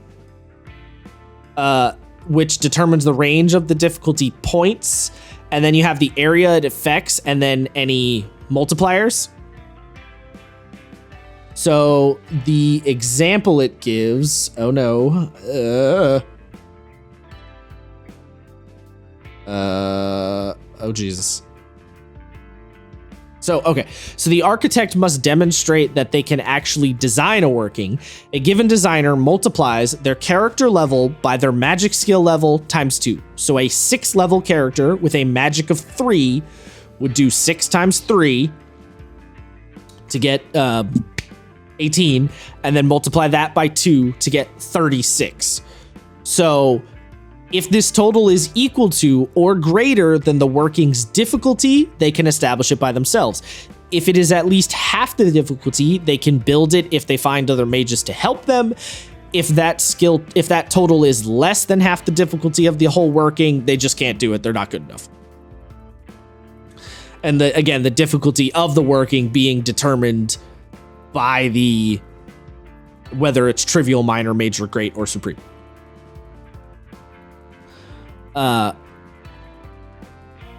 You also have to multiply the difficulty by the area it covers. So if you're just covering a room, it's just 1 times. If you're covering a building, it's 4 times. A village, it's 16 times. So if you want to do a trivial thing, that would be cheap. But if you want to do a trivial thing on an entire village, then you have to multiply the difficulty times 16. So if you're trying to cover a huge area, you have to kind of keep that in mind.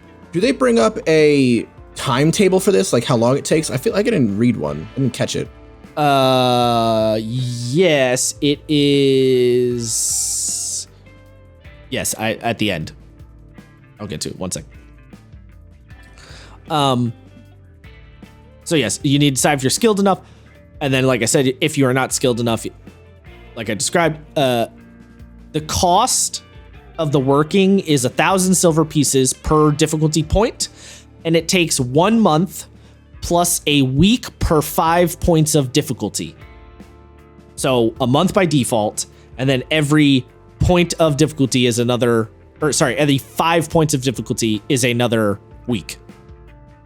That's right. That's okay. So, but you can't like conjure magical bullshit on the fly. You can't be like, oh, I'm putting up a shield. No, workings are not. Yeah, no, workings are not on the fly type effects. Workings are, I specifically am making a permanent thing. So I'm making a magical hot spring for the town or whatever. That's always 24/7 hot, no matter what type shit. Or I'm making a wizard's tower, that kind of shit. You can speed it up if you double the cost. So if you spend more money, you can speed up the working. It's the what's it called? The contractor's triangle or whatever. It's fast, good, and cheap, and you can only have 2 ends of the triangle. You know what I'm talking about, right? Yeah. It's like if you want something fast and cheap, then it won't be good. If you want something good and fast, then it won't be cheap. If you want something cheap and good, then it won't be fast. Yeah. That whole thing.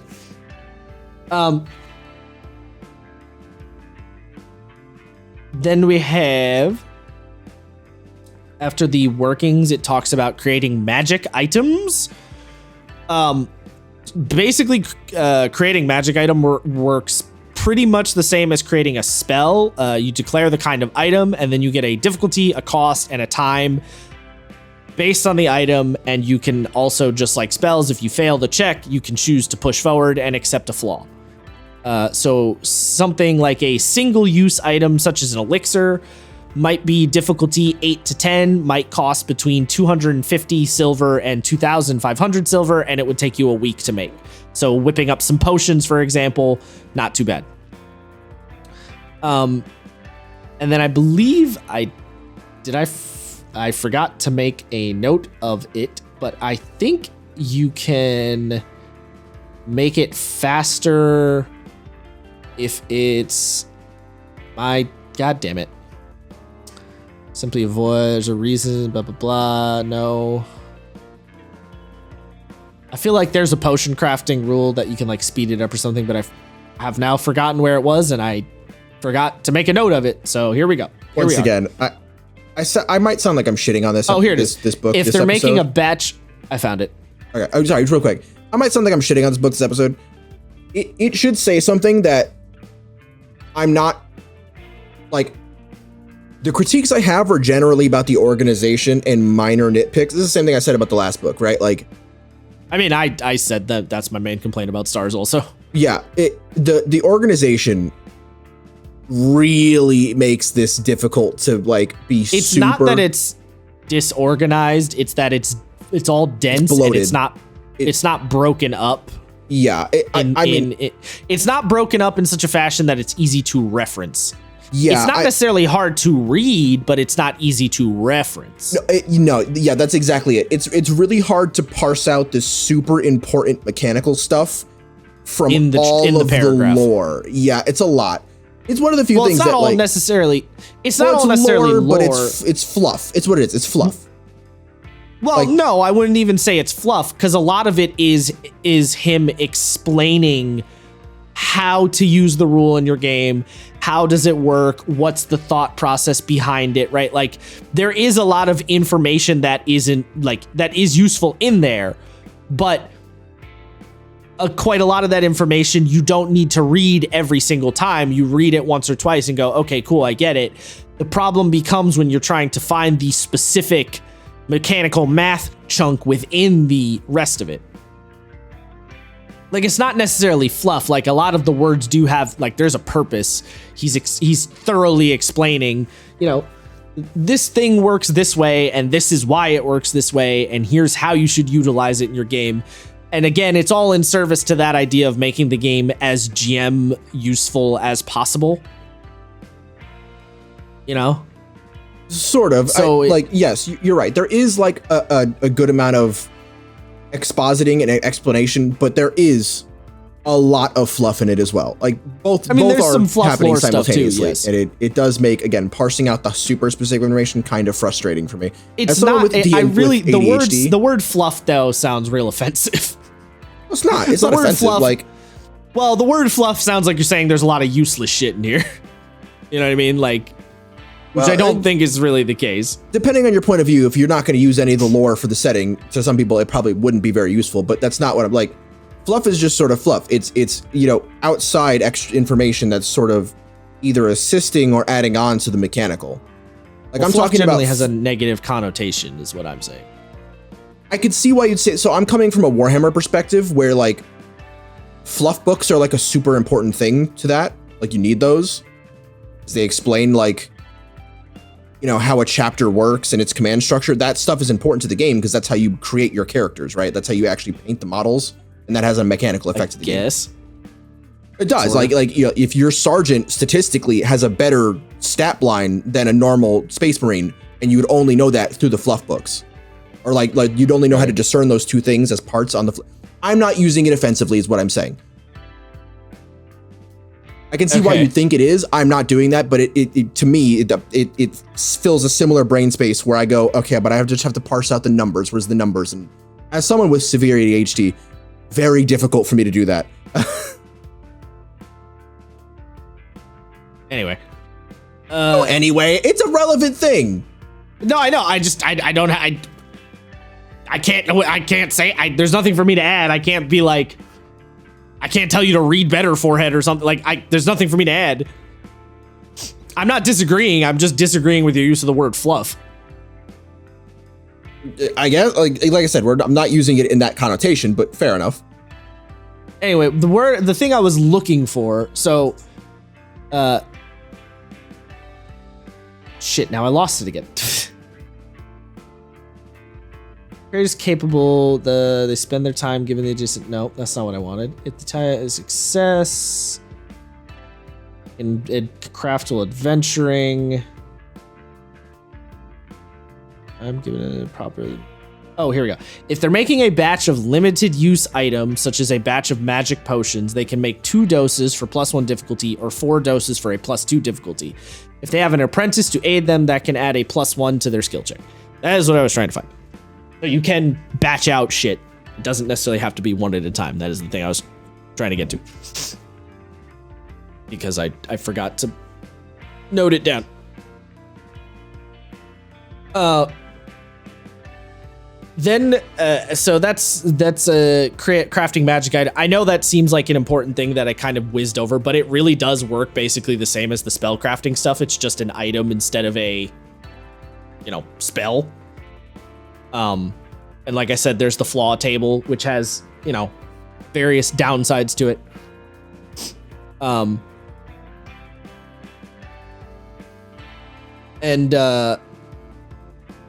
So after that, you get the world of gear. The world of Latter Earth is what it's. Latter Earth is the general universe setting, and then gear is like a specific location in Latter Earth. This is just the game's pre-built setting. I'm not going to go over all this again for obvious reasons, but much like I said with Stars, there is some interesting stuff in there if you want to use the pre-made setting in this game. Although I will say it is kind of funny because there is several points in this game where the creator says, I know no one is probably going to use my pre-built setting, but if you want, here it is. So he's aware. And then we're going to make a huge jump from page 95 to page 220.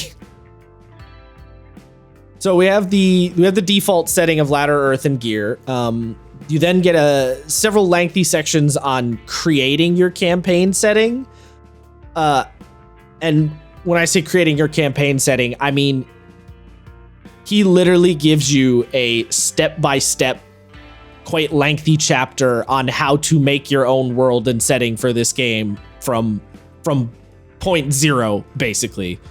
It is all very useful information, but for our particular purposes, it's not worth going over right now. But it is good information, I will tell you that. So if you're the kind of person who's like, I'm curious to GM, but I don't really know how to go about doing my making my setting and stuff, this book could help you a lot. And then after the campaign creation section, there's chapters on creating all of the little sub things within your campaign, like geography, nations, societies, government structures, so on and so forth. All following the general design philosophy of giving the GM all of the tools they could possibly need with a shitload of tables, tags, and device columns. And when I say a shitload of tables, I don't know if I can overstate how many goddamn tables there are that you could use in this game. There is tables for fucking everything. It is crazy. If you're the kind of person who's like, oh, I love when a game has a lot of tables, this is your favorite game ever. Yeah, I should rephrase. The without number games are going to be your favorite games ever because they all have all these shitloads of tables. Yeah, I mean, so just to give you the tiniest little fucking explanation as to how many tables there are. Combat challenge complications. There's 1, 2, 3, 4, 5, 6, 7. Creating ruins in dungeons. Technically it's 1, but it's enormous, and there's 1, 2, 3, 4, 5, 6 different sub charts in that one chart. Then you have the frameworks of inhabitation for how many monsters or what kind of monsters. There's 1, 2, 3, 4, 5, 6 there. Well, I wasn't even talking about the adventure chapter. I was just talking about the world building stuff, which also has fair enough. A bazillion of them. We're already at 30 of these. There's so many. Yeah, so many tables. It's nuts. And someone may hear that and go, that sounds really stressful to use. The game very explicitly does not expect you to use every single table in the game. It basically says, If you have an idea, use your idea. If you don't have an idea, here's 600 tables to help you generate an idea. Do whatever the fuck you want. You do not need to use every single table. If you don't give a shit about the religious structure of your world, then don't use the religion tables. Just ignore them. So it's very much a choose your own, like, choose which tools you give a shit about personally. And honestly, actually, basically the without number games in general, that is kind of the philosophy. Use the part of the game that you give a shit about. Do not use the part of the game you don't give a shit about. Pick and choose based on the kind of campaign you're running. That is sort of that is a very broad ethos that goes across both games in general. There is also a little chapter after the creating your campaign section that tells you how to take classes or spells or adventure content from other OSR style games and slap them into worlds or vice versa. If you're curious about how to go about that, he does have some advice on that. Yeah. To reinforce, it's funny you mentioned, because I also had this in my notes. To reinforce the idea of these games having tables for anything you might need, there's 2 full pages with 7 tables to help you generate complications for a combat challenge. Or 1 combat challenge. And you might say, what are all those fucking tables? What's going on right now? What problems do they have? Twists about the target or their allies. What's that bestial monster doing? Wilderness lair complications, urban dwelling complications, deep chamber complications. That kind of shit. We're then gonna make another big jump. So again, you have the creating your world section, and then you have creating adventures section, which has stuff like planning adventures, running adventures, combat challenges, exploration challenges, investigation, social challenges, all the shit you might need in an adventure. Then we get to rewards. Rewards is again the same basic setup as Stars Without Number. You have your monetary rewards and the payout again being based on the patron who is paying you the money for the thing. The XP system is the same as Stars, with the different options for how the GM wants to reward the players. That is also there. The one difference thing is there is a renown system in this game. And essentially renowned points are something that you reward the players as like a reputation tracker. And speaking of organization, this does bump me a little. So the game explains how rewarding renown works, and then doesn't explain what you use renown on until later. It's a little weird. I will tell you, you use renown as the players to do like major world-changing type projects, essentially. To do like big long-term projects. Because the idea is that your renown is like your reputation in the land, that you're throwing your weight around to get big things done, is kind of the idea of it generally. We then get the placing treasures. I was gonna say rules. Placing treasures tables. There's a lot of tables for placing treasures. You got amounts of money, magic item rolls, jewelry tables, all that crap. So for example, if it's a rural noble or a gentry estate, you roll 2d6 and there's a table to reference how much cash they got in there. There's treasure trove rolls for how many, creatures with a stash of loot. This stuff is it's pretty similar to the kind of stuff that's in 5e. So anyone who looks at this will be like, oh yeah. And then you get a chapter on land ownership and domains and running a business and all that fun stuff. So if you want to be a fucking lord, we got rules for that, bud. Or titles, or you want to run a farm and, get income on the farm. All that stuff is there. And, what kind of obligations you need to worry about as a player, and the income of nobles, because if you're owning land, then as a player, you're sort of essentially a noble. All that crap. And then immediately after the lands and ownership stuff, there is the chapter explaining how to handle wealth in your game and what your players can spend their money on, which, man, I would love this chapter in the DMG. It'd be nice, wouldn't it? To explain, like, what the hell can my play, like, especially as a newer GM, what the fuck can my players actually spend money on? So yes, this game breaks that down for you.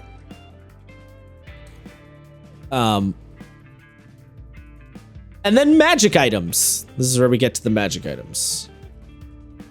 So again, the sort of philosophy behind the magic items is pretty similar to how the artifacts worked in Stars Without Number, where it's not so much a bespoke list of magical items. It is magical effects that you slap on whatever kind of items you might want. And there's effectively 6 kinds of magic items in this game.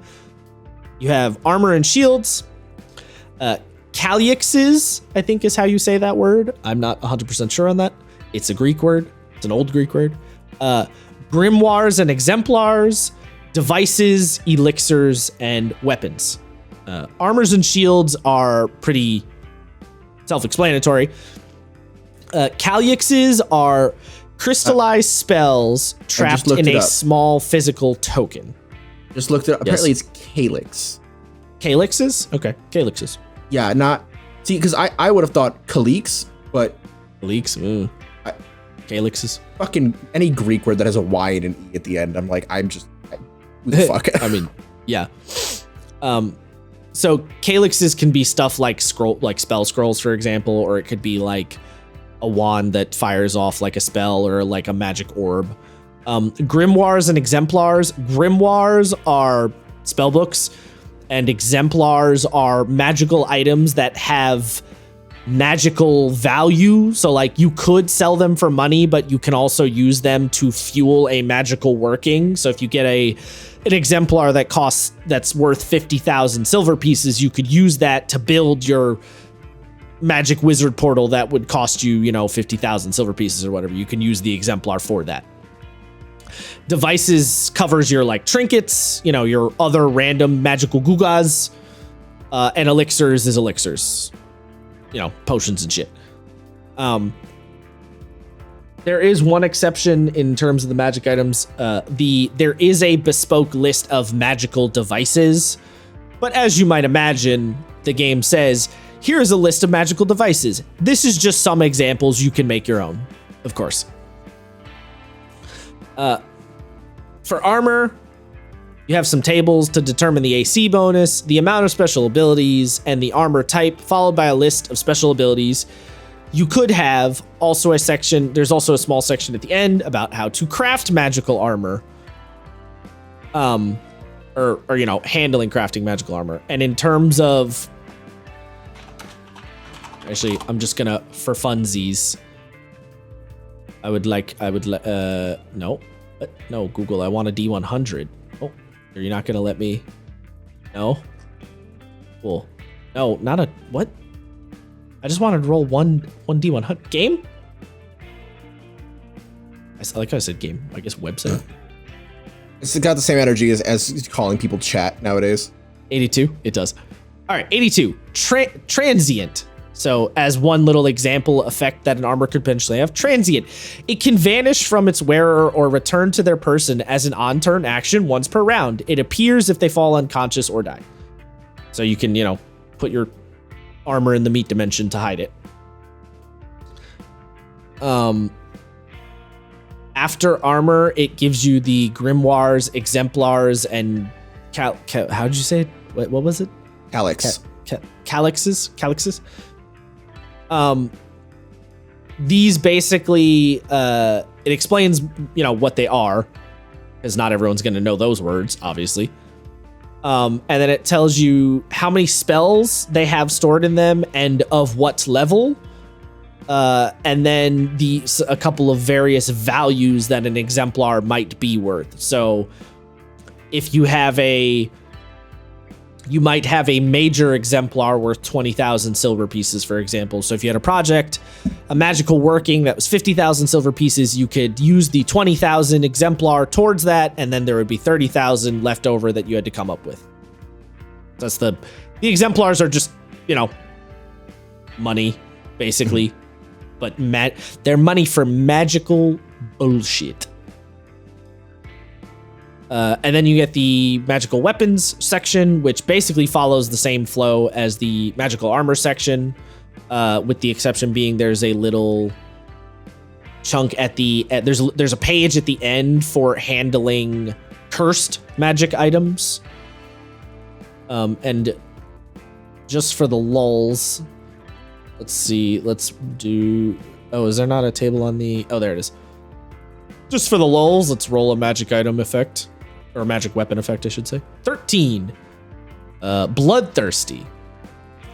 When the weapon's wielder reduces a creature with at least one hit die to 0 hit points, they regain a D8 plus the creature's hit dice in lost hit points. The ceiling cannot take them above their usual max. It's fun. Blood drinker weapon.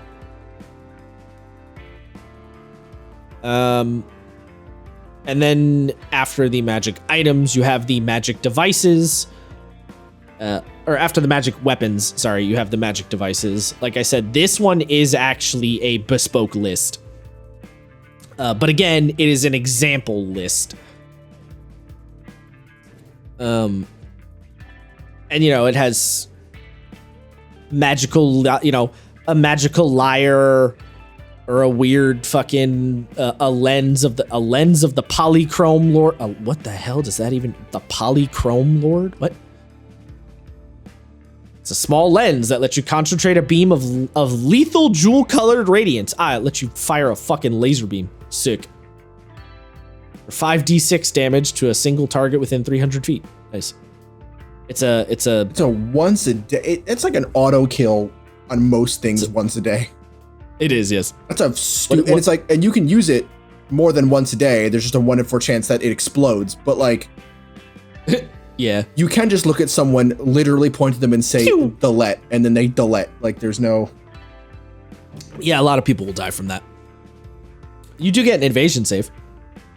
Oh, joy! How reassuring. Oh, actually, it's a save or suck, so that is actually quite reassuring.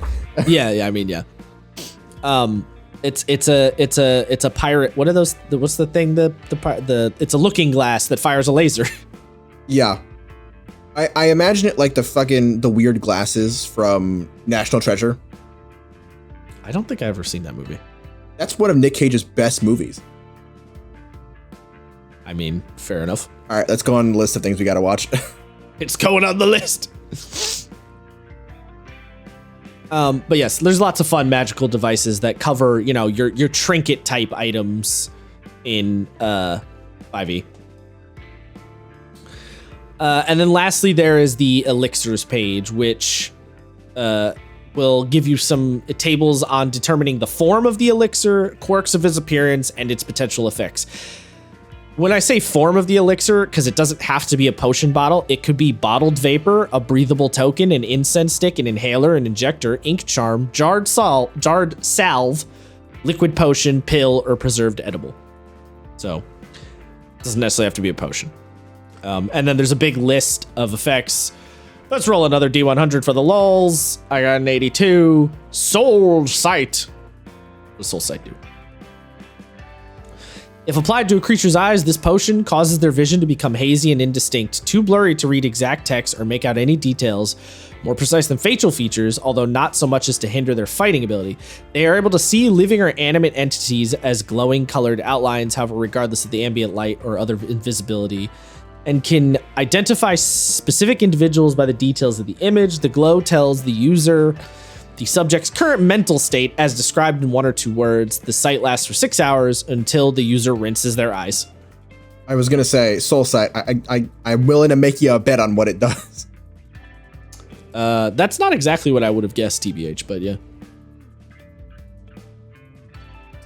Inverted entropy. What the fuck? I don't know. Oh, interesting. If it just turns a zombie back into a normal dude. If you're a zombie, nice. Congrats, you're back. And if you're a normal dude, you get turned into a zombie. Oh, I guess that makes sense. Kind of love that. Out. That'd be a fucking devastating torture method. Oh God, yeah. What the fuck? Damn. You just like force feed someone the potion. Like, no, don't let me go back. Oh, like, we God. You want to come back? Do you? Huh? Do you want to? We'll do it again. Like, no, please. Brains. I'm begging you. Please stop torturing me. Yeah. And then we get to the Xenobestiary, which this game calls Creatures of a Far Age. So the creature chapter, of course, starts with advice on taking creatures from other games and how to use creatures in this game in general. It gives you the similar advice to Stars Without Number. It says, do not expect players to fight X number of times a day. Enemies don't level scale. Enemies don't want to die, so play them, logically. Mechanically speaking, monsters, creatures work the same as they do in Stars. They have a basic stat line with, hit dice and AC and attack and damage and all that stuff. And of course, you have a bunch of tables to help you design your own creatures. How does this creature hunt? What kind of animal does it look like? What's the basic body plan? Why isn't the creature dead yet? What kind of characteristics does it have? There's a table for monstrous drives to sort of, help you decide, like, what's this monster's deal? All that usual build your own tools that the game usually gives you. The fun addition that Worlds does when it comes to creatures, though, is that, so Worlds added a section called Uncanny Power and Abilities, which gives you a bunch of unique powers to give to your creatures to make them, more unique than just large predator. So you have a list of point values based on how powerful you want the creature to be, and then you spend those points on a budget on various powers, such as things like damage powers, movement powers, debilitation powers, etc. So if a creature is a species of magically potent sentience, then it would have 4 points to spend on the various things. And then you would go through all of the different powers, which all have accompanying tables. The cost, the power costs a certain amount, and then it can either be multiplied or subtracted from if you add different modifiers to it. But the idea is it's like this mix and match point buy system for creating monsters. It's quite fun.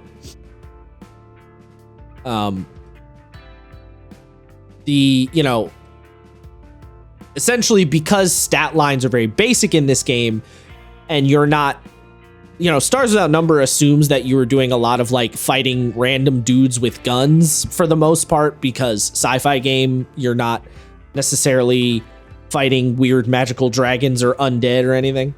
So it was a little more simplified. Obviously, in a fantasy game, you're going to be fighting more weird, spooky monstrosities. Ergo, he came up with this system so you could create your own weird, funky monstrosities. Boom, bang, boom.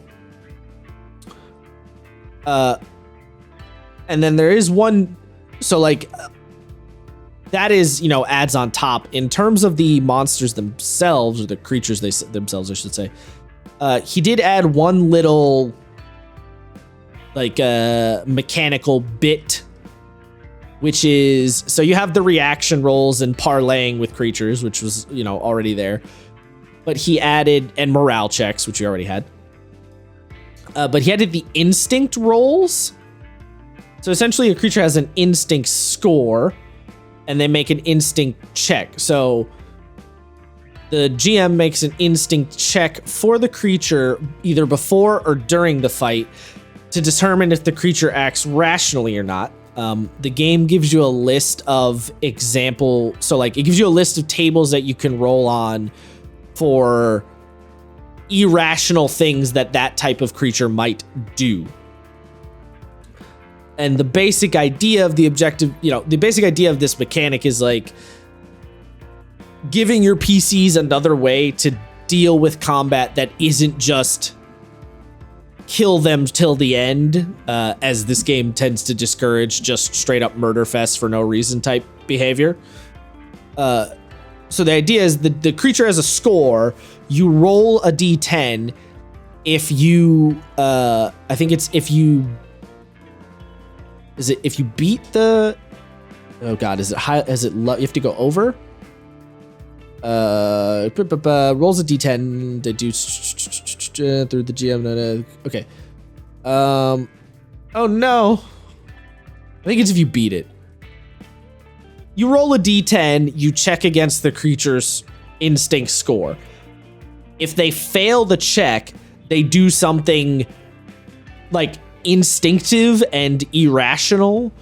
So for example, the game says like an ordinary predatory beast, a couple of examples, it might snarl and growl, but it might not attack anyone.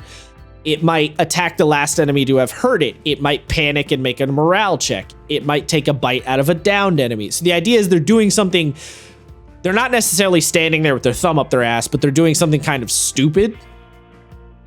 And depending on what that instinct reaction might be, could be good for the players, or it could be not that good because the creature could just end up biting the person it was going to bite anyway, you know? Mm. It's a fun, you add a little sauce, little flavor in the middle of a fight by, you know, mixing up like, oh, I'm going to have him do an like, I know what I want him to do as the GM, but let's see what the instinct roll says. It's just a fun, cool pizzazz. I don't know. I'm a big fan. I don't know if you had a particular reaction, but I think it's cool. No, I mean, it's cool. Tiny mechanic. When I first read it, I part of me thought it was something like the fucking Shin Megami Tensei, not into, what's the word I'm looking for? The like talk to the bad guy and have them either like stand down for like a price or something. No, that's more of the parlaying. The parlaying thing is more of that. Mm. There's a little bit of a parlaying system, and reaction rolls can also fall under demand a bribe, back off, ask for favors, offer tribute, willingly socialize. Yeah. And the idea too with the reaction roll is, you know, when the PCs first encounter the creature, there's that initial reaction of like, you know, how do we feel about this person or whatever, or this group of people. That's kind of where that falls under. So that is also there. And then you have the morale check. So if you beat the dog shit out of the enemy, they might just run away at a certain point. Mm. Because again, basically the game is trying to give you a lot of different options for not just a punch fest to the death, right? That is the focus. We don't want it to just be punch everything until it dies. We want to have a little more nuance to the fighting situation, especially because again, players do not get rewarded for fighting. So if they can get into a fight and then finish the fight in a single turn by having the enemy fail a morale check, that is greatly to their benefit. And then the last chunk of the creatures section is the chapter called Creatures of the Latter Earth. This is basically a bunch of pages on specific monsters that exist in the setting and have their own unique lore and abilities tied to them. And you have things like undead, automatons, outsiders. There's a whole bunch of them. He says, I think towards the beginning of this chapter, you don't have to be using the default setting to use these creatures.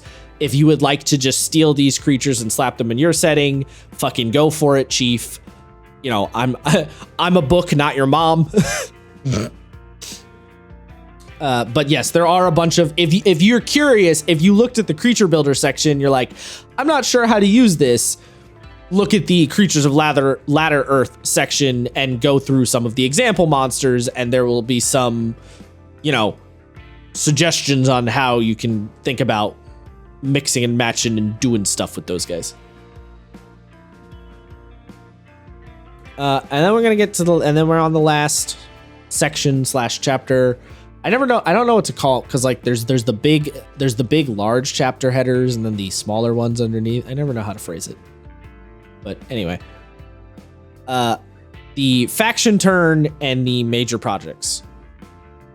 So the faction turn system is the same as the one in Stars Without Number.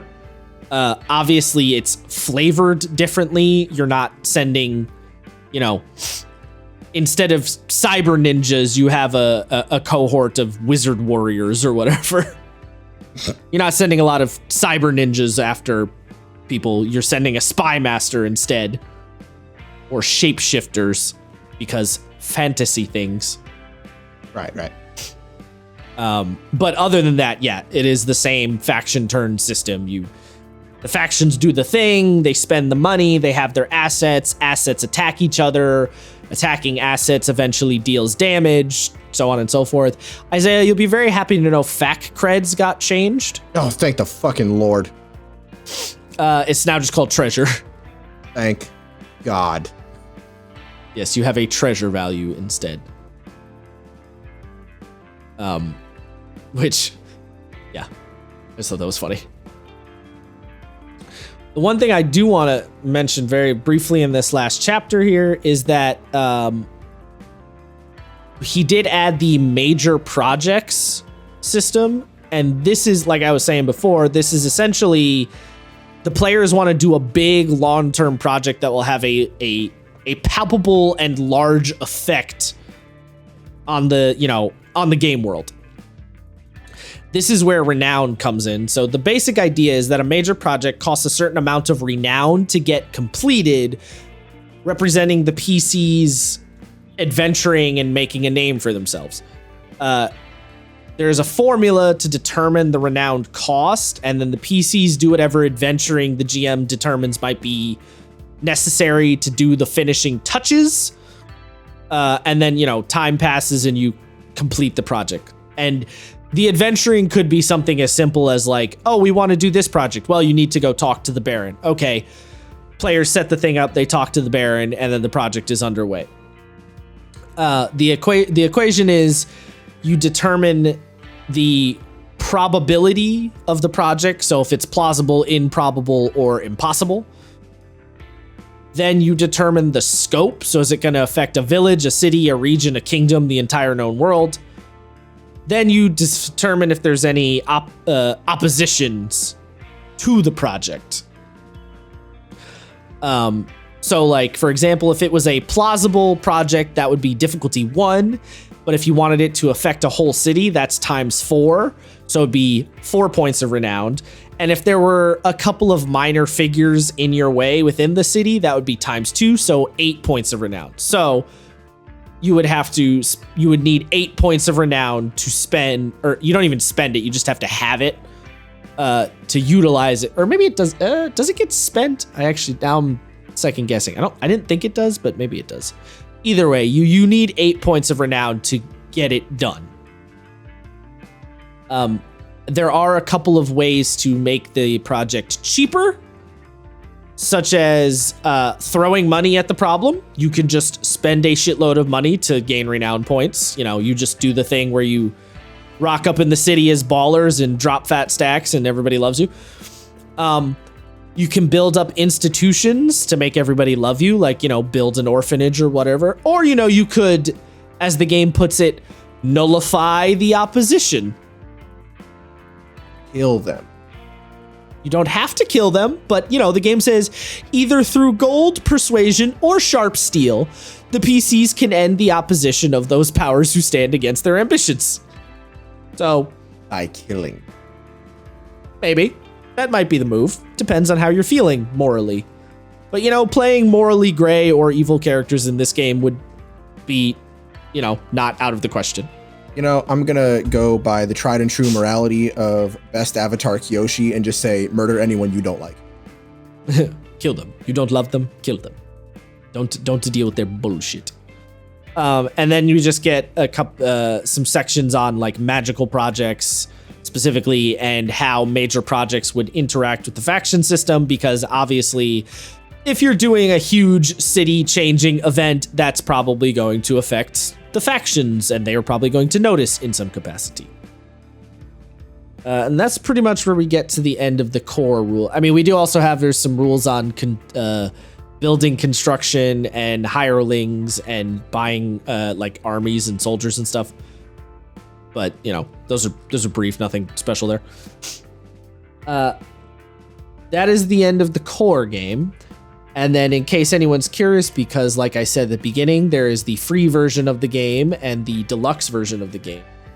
So in the deluxe version, you get the Arts of Gear section, which essentially is a bunch of extra added partial classes. So you have the Adunic Invoker, which is a caster that uses a spell point system if you want to go a little sorcery-ish. There's the Darien Skin Shifter, which is a druid type character. The Kishtanian Duelist, which is your swashbuckling kind of guy. The Legation Beastmaster, which is your, Beastmastery Ranger type. The Sarulite Blood Priest, which is a more cleric-y, more miracle-based spellcaster. And the Vothite Thought Noble, which is a mind-reading, telepath-focused jackass who gets in everybody's business and uses his mind powers. And then you get there's a heroic classes section, which is, basically if you feel like the player characters are too dirt farmery, too squishy for you, you can use the heroic rules to greatly beef up their power. And then you have the legates. Me and Isaiah don't know how to say it. The legates rules. Legates are essentially, once you hit level 10, you stop leveling up, and instead you can make your players into legates, and they become like basically low-key demigods. They get like crazy demigod level powers, and they get a whole new kind of ability called rights. And rights kind of act like arts, where you commit a certain amount of effort for the day or whatever, but you do crazy shit. So for example, one of them, Bar the Blade, is an instant action. You commit effort for the day. You deflect, dodge, or parry an otherwise successful weapon or unarmed attack made against you. So you just auto block. There's one that lets you turn into like a horrifying, smoking, evil-looking General of Death Knight-looking thing. Skin of Steel, armor and shields have no encumbrance for you and apply no penalties to your skills. They still interfere with spellcasting. You get a bunch of like crazy, super magical powers, as well as a couple other upgrades. And then you have the interims and their dwellers. So interims are basically other dimensions. It's your elemental plane or your fucking, demon dimension, alternate worlds, planar travel type shit.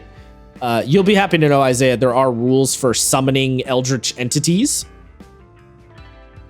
Perfect. From the interims. So you got that.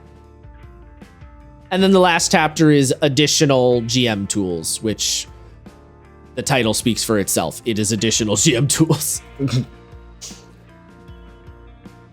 And then that's Worlds. Very broadly speaking, of course. Oh, she thick. Do you have any new thoughts to throw in there? No, not really. I want to like these books a lot, and the denseness of their text makes them difficult for me to read. Yes. But the ideas put forth in them are very cool. I mean, well, look at it this way. If you're a player, the player section is not that big. Oh, yeah. I mean, I definitely don't want to run one of these games. Which is weird, because arguably the game I'm running might be more complex, but I would say so, yes.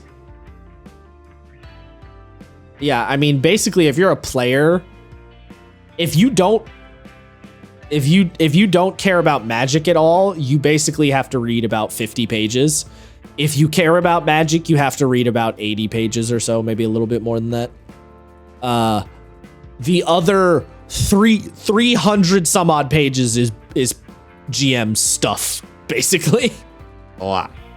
So, as I pointed out before, These games are very GM focused. Which is, of course, not to say that they're like bad on the player end. It just means that the design was focused in a different direction, you know? Mm-hmm. Do you have anything in your notes that you didn't get to or anything like that? Sorta. It's all right. It's fine.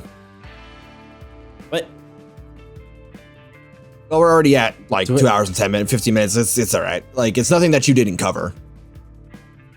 Well, okay. I mean, just throw it out. It's all right. Brett will survive. Let me see. I'm trying to.